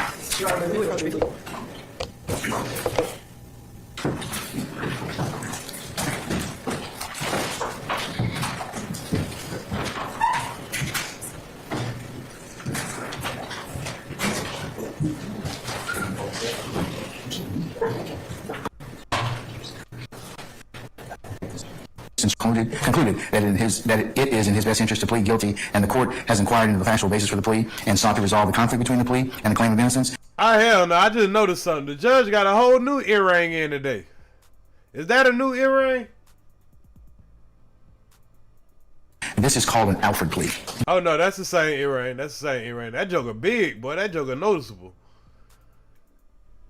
I'm talking about we ain't gonna never ever see another judge blinged out like that. Okay. ALFORD. May I continue, Your Honor? Yes, you may. States 11. Any further objection, States 11A? Okay, States 11A is admitted. Next, Your Honor, the state would like to tender into evidence State's Exhibit 59G as in golf. This is under case number 15SC 140132 for Mr. Trontavia Stevens, where he pled guilty to possession of marijuana with intent to distribute, criminal use of an article with altered ID mark, possession of a firearm during the commission of a felony, possession of a firearm by a convicted felon, failure to obtain stop sign, failure to have license on his person. He pled on the 10th day of March of 2016 before the... So they pretty much want to bring up all this shit that this nigga got. So, you know, it just make it look like he a menace to society. So we get that part. Detective that was assigned to the robbery unit for the city of Atlanta, investigating all armed robbery boundaries of that zone. I was a patrol officer on evening. Sir, my Okay, here's an officer. Let's see what he does. good afternoon, sir. Sir, if you please approach the witness stand. Once you get there, if you would turn and face Sergeant Ingram, be sworn as a witness before you sit down. Yes, sir. My name is Sweater, and just want to give that truth, whole truth, nothing but truth. I do. I see. State still in the person that's been court, now I'm doing it. Sure. My name is Sergeant Carlos Maldonado. Carlos is C-A-R-L-O-S, and Maldonado is M-A-L-D-O-N-A-D-O. And Sergeant Maldonado, where are you employed? I'm employed at the City of Atlanta Police Department. And how long have you been with the City of Atlanta Police Department? For 11 years. Where are you currently assigned? I'm currently assigned to the aggravated assault unit as a supervisor and as a federal task force officer with the Bureau of Alcohol, Tobacco, Firearms, and Explosives. And how long have you been assigned to this unit? I've been with this unit since the summer of 2022. If you can tell the jury about your work history with the police department. Sure. I was a graduate from Academy, and I was assigned to Zone 4, which encompasses the southwest section of the city of Atlanta, all the way from the west end neighborhood of Atlanta to Camp Creek Parkway, pretty much the extreme boundaries of that zone. I was a patrol officer on evening watch, which is pretty much the middle of the day from 3 o'clock in the afternoon till at that point in time it was midnight. And then following my time on patrol, I went to the Zone 4 field investigations team, and I was assigned to target patrol and do target enforcement for areas following certain crime trends. For example, if there was a string of robberies. So he's supposed to be a target patrol for certain crimes. In the area of burglaries, we were assigned to go and tackle that problem in that area. Following that, I was promoted to detective. I was assigned to the robbery unit for the city of Atlanta, investigating all armed robberies and bank robberies in the city of Atlanta. Following that, I was transferred to the homicide unit and worked homicides, and then I was promoted to sergeant in the fall of 2020. And so he done went through the ranks like a motherfucker. He was on homicides, target control, all kind of shit. I was assigned back as a supervisor for that same 15, the Zone 4 field investigations team. I was on the Zone 4 15 until the summer of 2022 when I was moved to my current assignment as a supervisor for the aggravated assault unit. So it takes you to July 3rd, 2017. When you were assigned to 2017? I was assigned to the Zone 4 field investigations team as an officer. Now, what the fuck, this nigga just pull out an orange out his pocket, start eating an orange in court? Did this nigga not know the whole world watching him? This nigga pulled out a Chang-Ang orange out his pocket and then peeled that motherfucker and eating the orange. as a fit officer, you kind of talk about some of your roles and responsibilities. As a fit officer, did you talk to the community about some of the concerns or concerns? I did. More times than not, it was business owners. They would have complaints that they would make. I'll sustain objections to form. You can go ahead and rephrase. Would you speak with the community members? I would. And was it about crime? Yes. And what were you talked about with the 15, what were some of your jobs at the time? Sure. Like I said, we were basically anytime there was an issue going on within our zone, we were assigned to tackle that. Boy, they bought that nigga a Chang-Ang lunch, bro. Ain't that some shit? Bought a nigga a little box. Problem. Unlike a regular patrol officer who's just handling 911 calls or just doing their own self-initiated patrol, we didn't answer any sort of 911 calls. So if there was, say, as I stated previously, a rash of burglaries ongoing in a certain part of the zone, we were tasked with coming up for a plan to help suppress those burglaries or whatever crime trend that it was. Typically, Zone 4 Fit, we would do traffic stops. Did that nigga just offer his lawyer a piece of his goddamn jailhouse orange? As well as suspicious person stops, actually stop vehicles or stop people. We also operate in undercover capacity as well, so where we could just go out there, not readily identify those police and be able to put eyes in the community in a sense when they weren't expecting to see police. And you talked a little bit about some members were undercover, where some people operating plainclothes as well as uniform. Yeah, so those are the three facets that we operated. One is an undercover capacity, which, as I stated, is when you're not readily identifiable as police, driving regular vehicles and wearing regular clothes. We also operate in a plainclothes capacity, which is where we're not wearing a uniform, but we are readily identifiable as police. In this case, he pretty much a jump out boy. The typical fashion that we address is wearing a vest that was clearly marked as police on the front and the back. And so if you would see me, you would readily identify me as a police officer. And then, of course, the uniform capacity, which is the standard image you have of a police officer on patrol wearing a full marked uniform and operating a marked vehicle. Now, as a part of the team, when you went out to go into the community, were you by yourself or did you work with a team? So on the Zone 4 team, it's a team environment. Typically, I'd be paired up with an officer. My partner at the time in 2017 was Officer Owen, and then we would have another vehicle, which would be occupied multiple times. So whenever we went and encountered a person, it wasn't just a single officer that was dealing with that person. We always had a team approach, so that way we definitely have like a backup if we wound up in a situation where we needed it. More times than not, because we were operating in undercover capacity, we already saw people that were committing violations, so we knew that we were about to enter a situation that wasn't just a typical, stop on the street and trying to talk to somebody. I want to take to July 3rd, 2017. Did you have the occasion to encounter a 2016 Volkswagen judge? I did. And how did you first encounter with that judge? Sure, my partner, Officer Owen, and I were patrolling the area of the 700 block of Cascade Avenue when we observed the vehicle exit an apartment complex, which was the Volkswagen Jetta, which had a very heavy tint on all the windows. So now we're talking about a different situation, y'all. We went over the situation where they pulled over the dude, where he put the gun and the weed under the seat. Now we're talking about some jump out boys. So they see a guy pull out of apartment complex and he got some tint that's too dark. Now he's telling y'all they're the jump out boys. And we take our heavy to the was to the point where, as you know, this was in the afternoon, about 4 o'clock in the afternoon, and we could not see inside the vehicle to see who was operating inside this vehicle. Once you saw the vehicle, what happened? About 4 o'clock in the afternoon. So we got behind the vehicle and initiated a traffic stop at the next major intersection the vehicle came to. So this man wasn't doing nothing. They just jumped behind a vehicle with black tinted windows. Which is the intersection of Cassidy Avenue and Donnelly Avenue. And where did the actually stop? The vehicle pulled into the drive-thru of a Checkers restaurant, which is right at that intersection, and we initiated the stop when the vehicle was in the drive-thru. Man, nigga was just trying to get some goddamn checkers. All the nigga was trying to do is get some checkers, man. They know how to fuck up a nigga day. Once you initiated the stop, what happened? At that point in time, there were other members of my unit who came to join us on the stop. Myself and Owen approached the driver's side of the vehicle, and the other officers approached the passenger side of the vehicle. Why was the car pushing there? At this point in time, this vehicle, we couldn't see inside the vehicle, so for just added safety, we had multiple people approach the vehicle. Once you approached the vehicle, what happened? We asked the driver to lower the windows because we couldn't see inside the vehicle, and the door cracked open a little bit, and we were given a response. They couldn't roll the windows down because the windows were freshly tinted. At that point, when you were given a response because the freshly tinted, they couldn't roll down the windows, did you know there was anyone else inside the vehicle? At that point in time, no. Did not. At that point in time, no. Okay. After you were advised from the driver that they couldn't roll down the windows, what happened? We asked the driver for a driver's license, and he stated that he did not have one, and at that point in time, he was detained in handcuffs. Man, these niggas ain't never got no license, boy. For these niggas to be a gang, boy, they're a gang of niggas that don't go like to go get their license. Why the fuck y'all niggas don't never go get no damn license? They don't be suspended, they just don't go get them. But drive the most cars. Do the most spinning. Once he was detained, was he removed from the vehicle? He was. Where was he placed? He was placed in the rear seat of the patrol vehicle, which I was assigned to that day. What happened? I changed his name and date of birth to run him on the in-car computer, and at that point in time, discovered he did not have a driver's license. And what was his name? His name was... What was the name he gave? Kamarius Nichols. Once you ran, he came back unlicensed. What happened? I had stepped out of the vehicle, and at that point in time, I was told by another member of my team, Officer Chisholm, that we had received consent to search the vehicle. And at this point, did you have other occupants in the vehicle? Yes, at that point in time, we knew that the vehicle was more than just a driver. How many other people were in the vehicle? In addition to the driver, there were 3 adults and a minor child. Okay. So let's talk about the 3 adults. Was there someone seated in the passenger's seat? Yes, there was. Was he in the front passenger's seat? Yes, there was. Who was there? There was a female by the name of Fabian Pierre. And then was there anyone in the back seat? There was. Okay. Who was in the back driver's side? Directly behind the driver was an individual by the name of Brandon Warren. And then what about behind the back passenger? It was an individual by the name of Norman Earz. And then what was the minor child? I can't recall. I can't recall. They were, I think, in the back, but I don't remember. What happened once you received consent to search the vehicle? Myself and other members of the team proceeded to search the vehicle. And what, if anything, did you find? Sure. In the center console, we located a bag of suspected powder MDMA. We also found a pill bottle which contained 6 suspected pills of what's known as alprazolam. It goes by the brand name of Xanax, and a single suspected pill of ecstasy. Next to the pill bottle, there were several other glassine baggies which are commonly used to in narcotic sales. Faces. So they pretty much pulled him over. Dude ain't had no license. They found in the center console a whole bunch of what they thought was Molly and a couple of ecstasy pills. 4 people in the car. Nigga riding dirty as a motherfucker.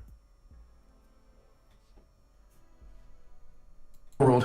Which are commonly used to replace narcotics in the bag and then distribute them when you sell them.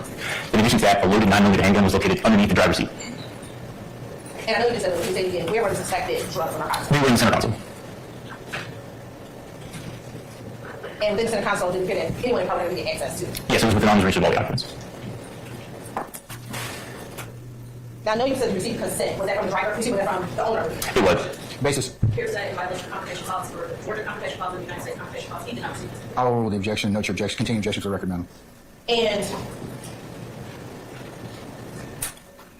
once you found the suspected drugs and found what happened? At that point in time, we weighed the suspected drugs to see what the amount was. It ended up being, visibly it was quite a large amount, so we wanted to see what the appropriate charge would be for the narcotics. And then I Mirandized everyone in the vehicle to see if they would speak to me, and only one person elected to speak with me.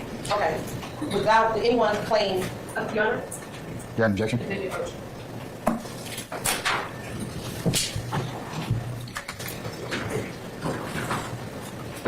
All right, stop radio.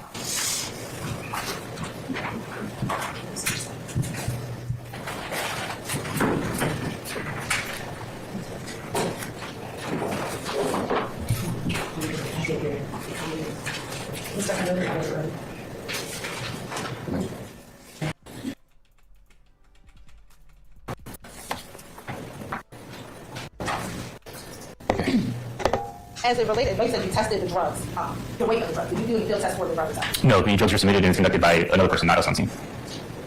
Did you ever test the window tint? I did. And did you determine if it was a legal tint? It was below. It was measured at 21%. So they tested the window. What's the do anybody in Georgia right now? We got anybody from Georgia in here right now? What's the percentage of the window that you can have in Georgia that's legal? He said it was 21%. Now I know Georgia is kind of strict. I think it's like 13%. Florida, you can have whatever the fuck you want to. But they pretty much asked him, did he, at least test the damn... You probably tested the dope, but you didn't test the damn windows. And on that evening, was anyone arrested? Yes. Okay, cool. All the occupants of the vehicle. Once again, they arrested every damn body. Nobody don't want to take their damn dope charge. Everybody go to jail. And did you collect the items that were found in the car? I did. And what did you do once you collected them? A member of our team at the end of the shift submitted it to Atlanta Police Property to be submitted as evidence. And what happened with the vehicle? The vehicle, as well as the child, we stayed on scene and released it to the child's aunt at the request of Ms. Pierre. Well, at least they let the car go and they didn't send the baby to defects. They could have been real nasty. Most time they'll goddamn tow your car. So at least they saved them the money of towing the car and not sending the child to defects. But they ain't have to take everybody to jail. All it took was one nigga to claim their shit. But I guess nobody ain't want to claim it.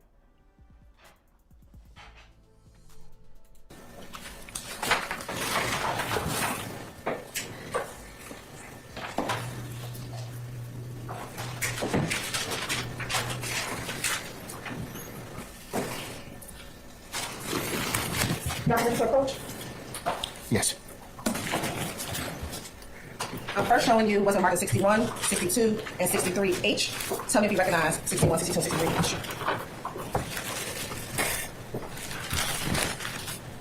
I do. And how do you recognize 61, 62, and 63H? All these items are marked with the City of Atlanta evidence label with our case number and then a description of what they are, which reflects what I noted in the report. And that's what you thought it was when you... Yes, I do. And how do you recognize 64H? This is the firearm which we retrieved from the vehicle, and it's accurately labeled like the previous items with an Atlanta Police evidence label that has our case number. And there's a... Nobody wanted to claim the gun either, I guess. Here to be all the items that you found back in July 3rd, 2017. Yes. Here on this time, say would like to admit 61, 62, and 63H as well as 64H. Any objection? Yes, Your Honor, I renew my objection from earlier this morning. And it's continuing. I'll note that. I'll admit 61, 62, 63H, and 64H over objection.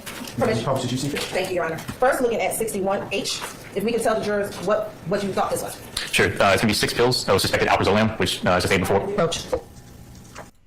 Cause you remember earlier today, old girl say, man, we ain't gonna be talking about that shit what you thought it was. We already know that goddamn it ain't, the Molly wasn't real. It was bath salt that this nigga had. All that dope that they found in that center console, that wasn't even real MDMA. It was bath salt. So they might have saved some lives. So what that lawyer back there, the Asian looking woman, what she's trying to do is she's trying to keep it out of the testimony that it was MDMA, because it turned out to not be real.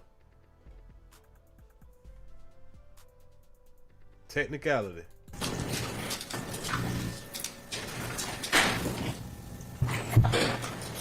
And once again, they gotta confront the judge about the leniency of him allowing the prosecutor to just do whatever the fuck she want to. He give a ruling about something and then she do it anyway, and then he just kind of give her another break.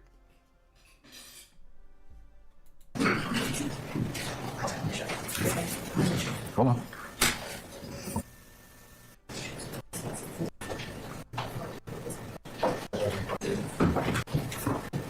There's 6 suspected pills of alprazolam, which goes by the common name of Xanax.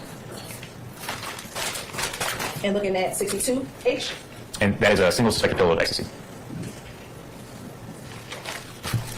And lastly, looking at 63H. And that is the suspected MDMA powder, which totaled at 47.7 grams with the ecstasy pill. And now looking at 64H. And that is a 9mm Taurus handgun, which at the time had 10 cartridges in the magazine and 1 in the chamber. And where was the gun found again? Underneath the driver's seat.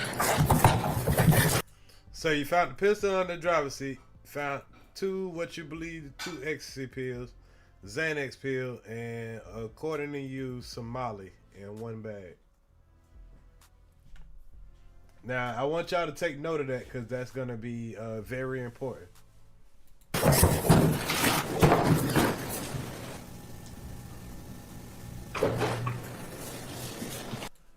Salute, Hell Lima. We're going to wrap this up in a minute, and we're just going to have to continue on with this. Matter of fact, I think that we're going to kind of wrap it up around what he found in the car, because I want to dig into details about how they break down the dope, and then we're going to see the defense on how they how this supposed to tie into Young Thug for one, and YSL as a gang. You finding somebody that just had too dark of a window tint. They was on their way to Checkers, and you found what you believe to be Molly. But I want to go into detail of what they call them, the chemist, what the chemist tech had to say about the so-called dope that they found. So I think this is another explosion in the face of the DA, because here you is talking about some guys that's getting pulled over for having fake dope, and they supposed to be selling fake dope to further the gang. I don't get it. And then we had another situation where they pulled up on a young man and that they seen on Instagram, but we ain't got to him yet. But we're gonna get to all that. I think we should take a breaking point at this point right here. You say you think the defense did a great job with this witness? Oh, you ain't seen nothing yet. They gonna really get in his ass. They gonna really get in his ass.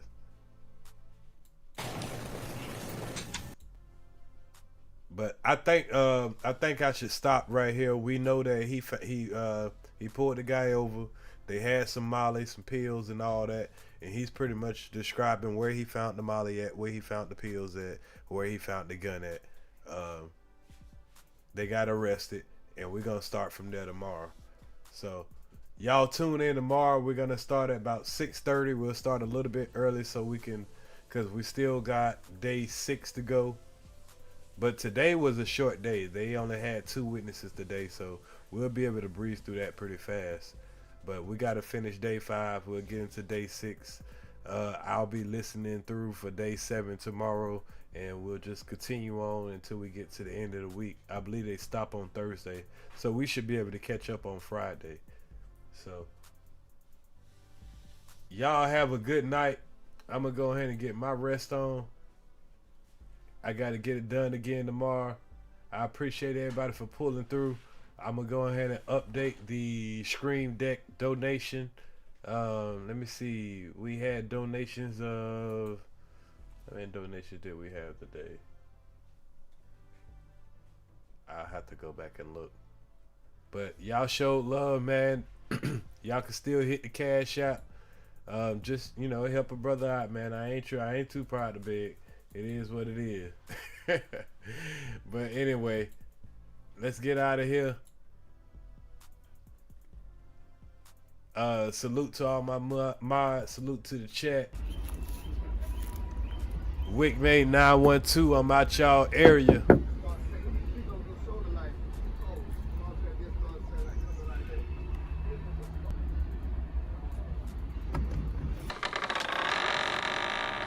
Come in. Close the door.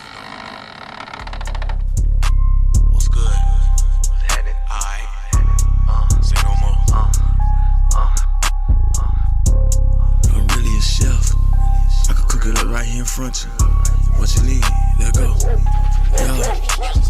I'm really a chef, cook it right out of left. Run up a tip till I run out of breath. Count them out, make them live what they rap. Big cap cap niggas ain't living like that. Do the most, get too close, you a ghost. Dope is a dope, you get more than a dose. Give all that I got till it ain't nothing left. I don't need no help, I could do it myself. I'm really a chef, cook it right out of left. Run up a check till I run out of breath. Point them out, make them live what they route. Big cap niggas ain't living like that. Do the most, get too close, you a ghost. Dope is a dope, you get more than a dose. Give all that I got till it ain't nothing left. I don't need no help, I could do it myself. Niggas big cap like a Mexican Fiesta. Dope on the scale, you won't get no extra this way. Make your hoe do what the money say. Tell your old man he don't want it, babe. I just bought a new stick the other day. Cook dope on the stove or microwave. Neighbors don't like the J, they keep coming. Come on, I'ma keep serving the thumb and defy the ranks. Shit smell like fungus. No Q and I just the city. Keep fuck up my business, I'm just being honest. Keep dealers and killers a mummy. Wrap your ass up like a mummy. Stack that little white hood and dip on her. I feel like OJ, little homie. Told the plug the car, I'm alone. Send it to the Pope man. Freddie P flyer than most, higher than most. Try me, didn't I see a ghost? 93 OG, it came from West Coast. Tied to your hoe, I just came from a throat. MOBB OG gang, oh let's go.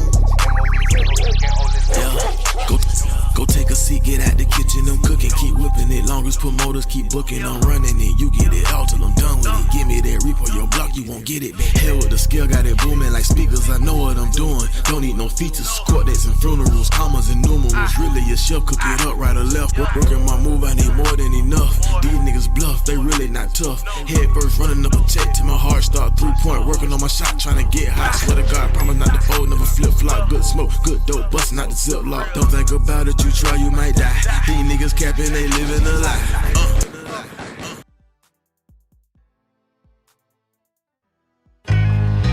Heard them talking out the side of they must do them out them got them. Think I won't pop it in front of them boppers. Make a nigga dance like chopper style. Knock a nigga out his boxes. Nigga, how really be doing this shit? I don't think y'all niggas want a motherfucking problem. Fuck it, hop in the bucket. I pull up on you if you want it. Delivery. Any minute, my name who want it. I'm ready to fuck 'em on me so honey. I run up in your circle like an orange. Fuck y'all niggas, I ain't talking porn. Oh, you mad cause your chick blowing on my dick like a fucking horn. If you point over here, might lose your arm, might lose your leg, might lose your head. I set it off for this bitch, nigga. Yeah, that's what Boosie said. Set it off in this motherfucker. Set it off. My clique, all dogs. Just don't make me set it off. Now I'm talking about it came to my attention that niggas talking sideways by independent artists. Nigga, this where it all started. I talk all that talking. I hit him with the palm, make a nigga jump like damn. I had to crisscross and pop that pussy, nigga. You a pussy, nigga. Need this shit, nigga. Woo. In this summer heat, you need summer's eve. On the big tree out this bitch, nigga. Y'all need to fall back like autumn leaves. Shit, everybody smoking. Someone trying to find me a nigga to smoke. Okie dokie, hokey pokey. Pow, now you hear Georgia Doman. Damn, it's just look like a door. How? You don't see it swinging open, the bullets was singing, left them wet. Call him Frank Ocean. Let's get back to it. You must wanna meet your maker. Fin him in the ass, pussy nigga. Shaking his ass like a salt shaker. I'ma cut these niggas' asses up like Chucky, Mike, Freddie, and Jason. Social media popping nigga. Like a pimple, y'all gonna have to face talking all that shit on Facebook. I slap you and leave your face crook. I take your whole head off. Now they call me a face and head crook. See this head here, that's how eggs look. Yeah, that's when you crack it open. I'ma go ahead and break them down. Then roll them up and then practice smoking. Okay, turn it. Who wanna hop inside while I ride the beat? Ride slow like a drive-by. See my partner them on the other side. With my little thought and my guy. I'm on the edit up in the sky. 3 fly, you're a knot. Hop out and get my guy high five. These niggas chicken like Popeyes. I get the green like Popeye. Y'all want it beef? I got 5 guys. Wheelers long like a 5 guys fire. So far in the sky, I had to come down like a skydive. Don't look at me, don't look at I. You can't watch, it's my time. Nigga can't play with the words like this. Y'all niggas just keep on rapping like that. I got the glue and the magic. Watch me pull a nigga ass out of polo hat. Abracadabra. I'm practicing on them, cutting them open. Your partner a fucking cadaver. Can't even tell him what's happening. Can't even dap him. Yeah, Bruce Lee, boy. Call me Crucial K show enough. Cause I show enough. We'll leave a hole in a nigga like a fucking donut. Like holy moly, guacamole. I'm on a roly-poly. If you didn't know, nigga, now you know it. Be snitching on a nigga. Fucking police. See, this is a given. I'm blessed. Cause everything that you just heard, nothing was written. I heard and listened. And when they cooked up something up in the kitchen, I hope you're not trying to impress these little bitches. Her pussy, you won't even make it to get it. Damn, pussy a powerful thing. Turn the niggas into squares and lanes. Nigga, this shit not a part of the game. Shoot your video, stay in your lane. Next time, I'ma get the pad and the pencil. Hey, boss, I ain't need much trying on these niggas no more. Got your little shot of blowing all on my dick like this. Hey, find somebody to play with it. KK!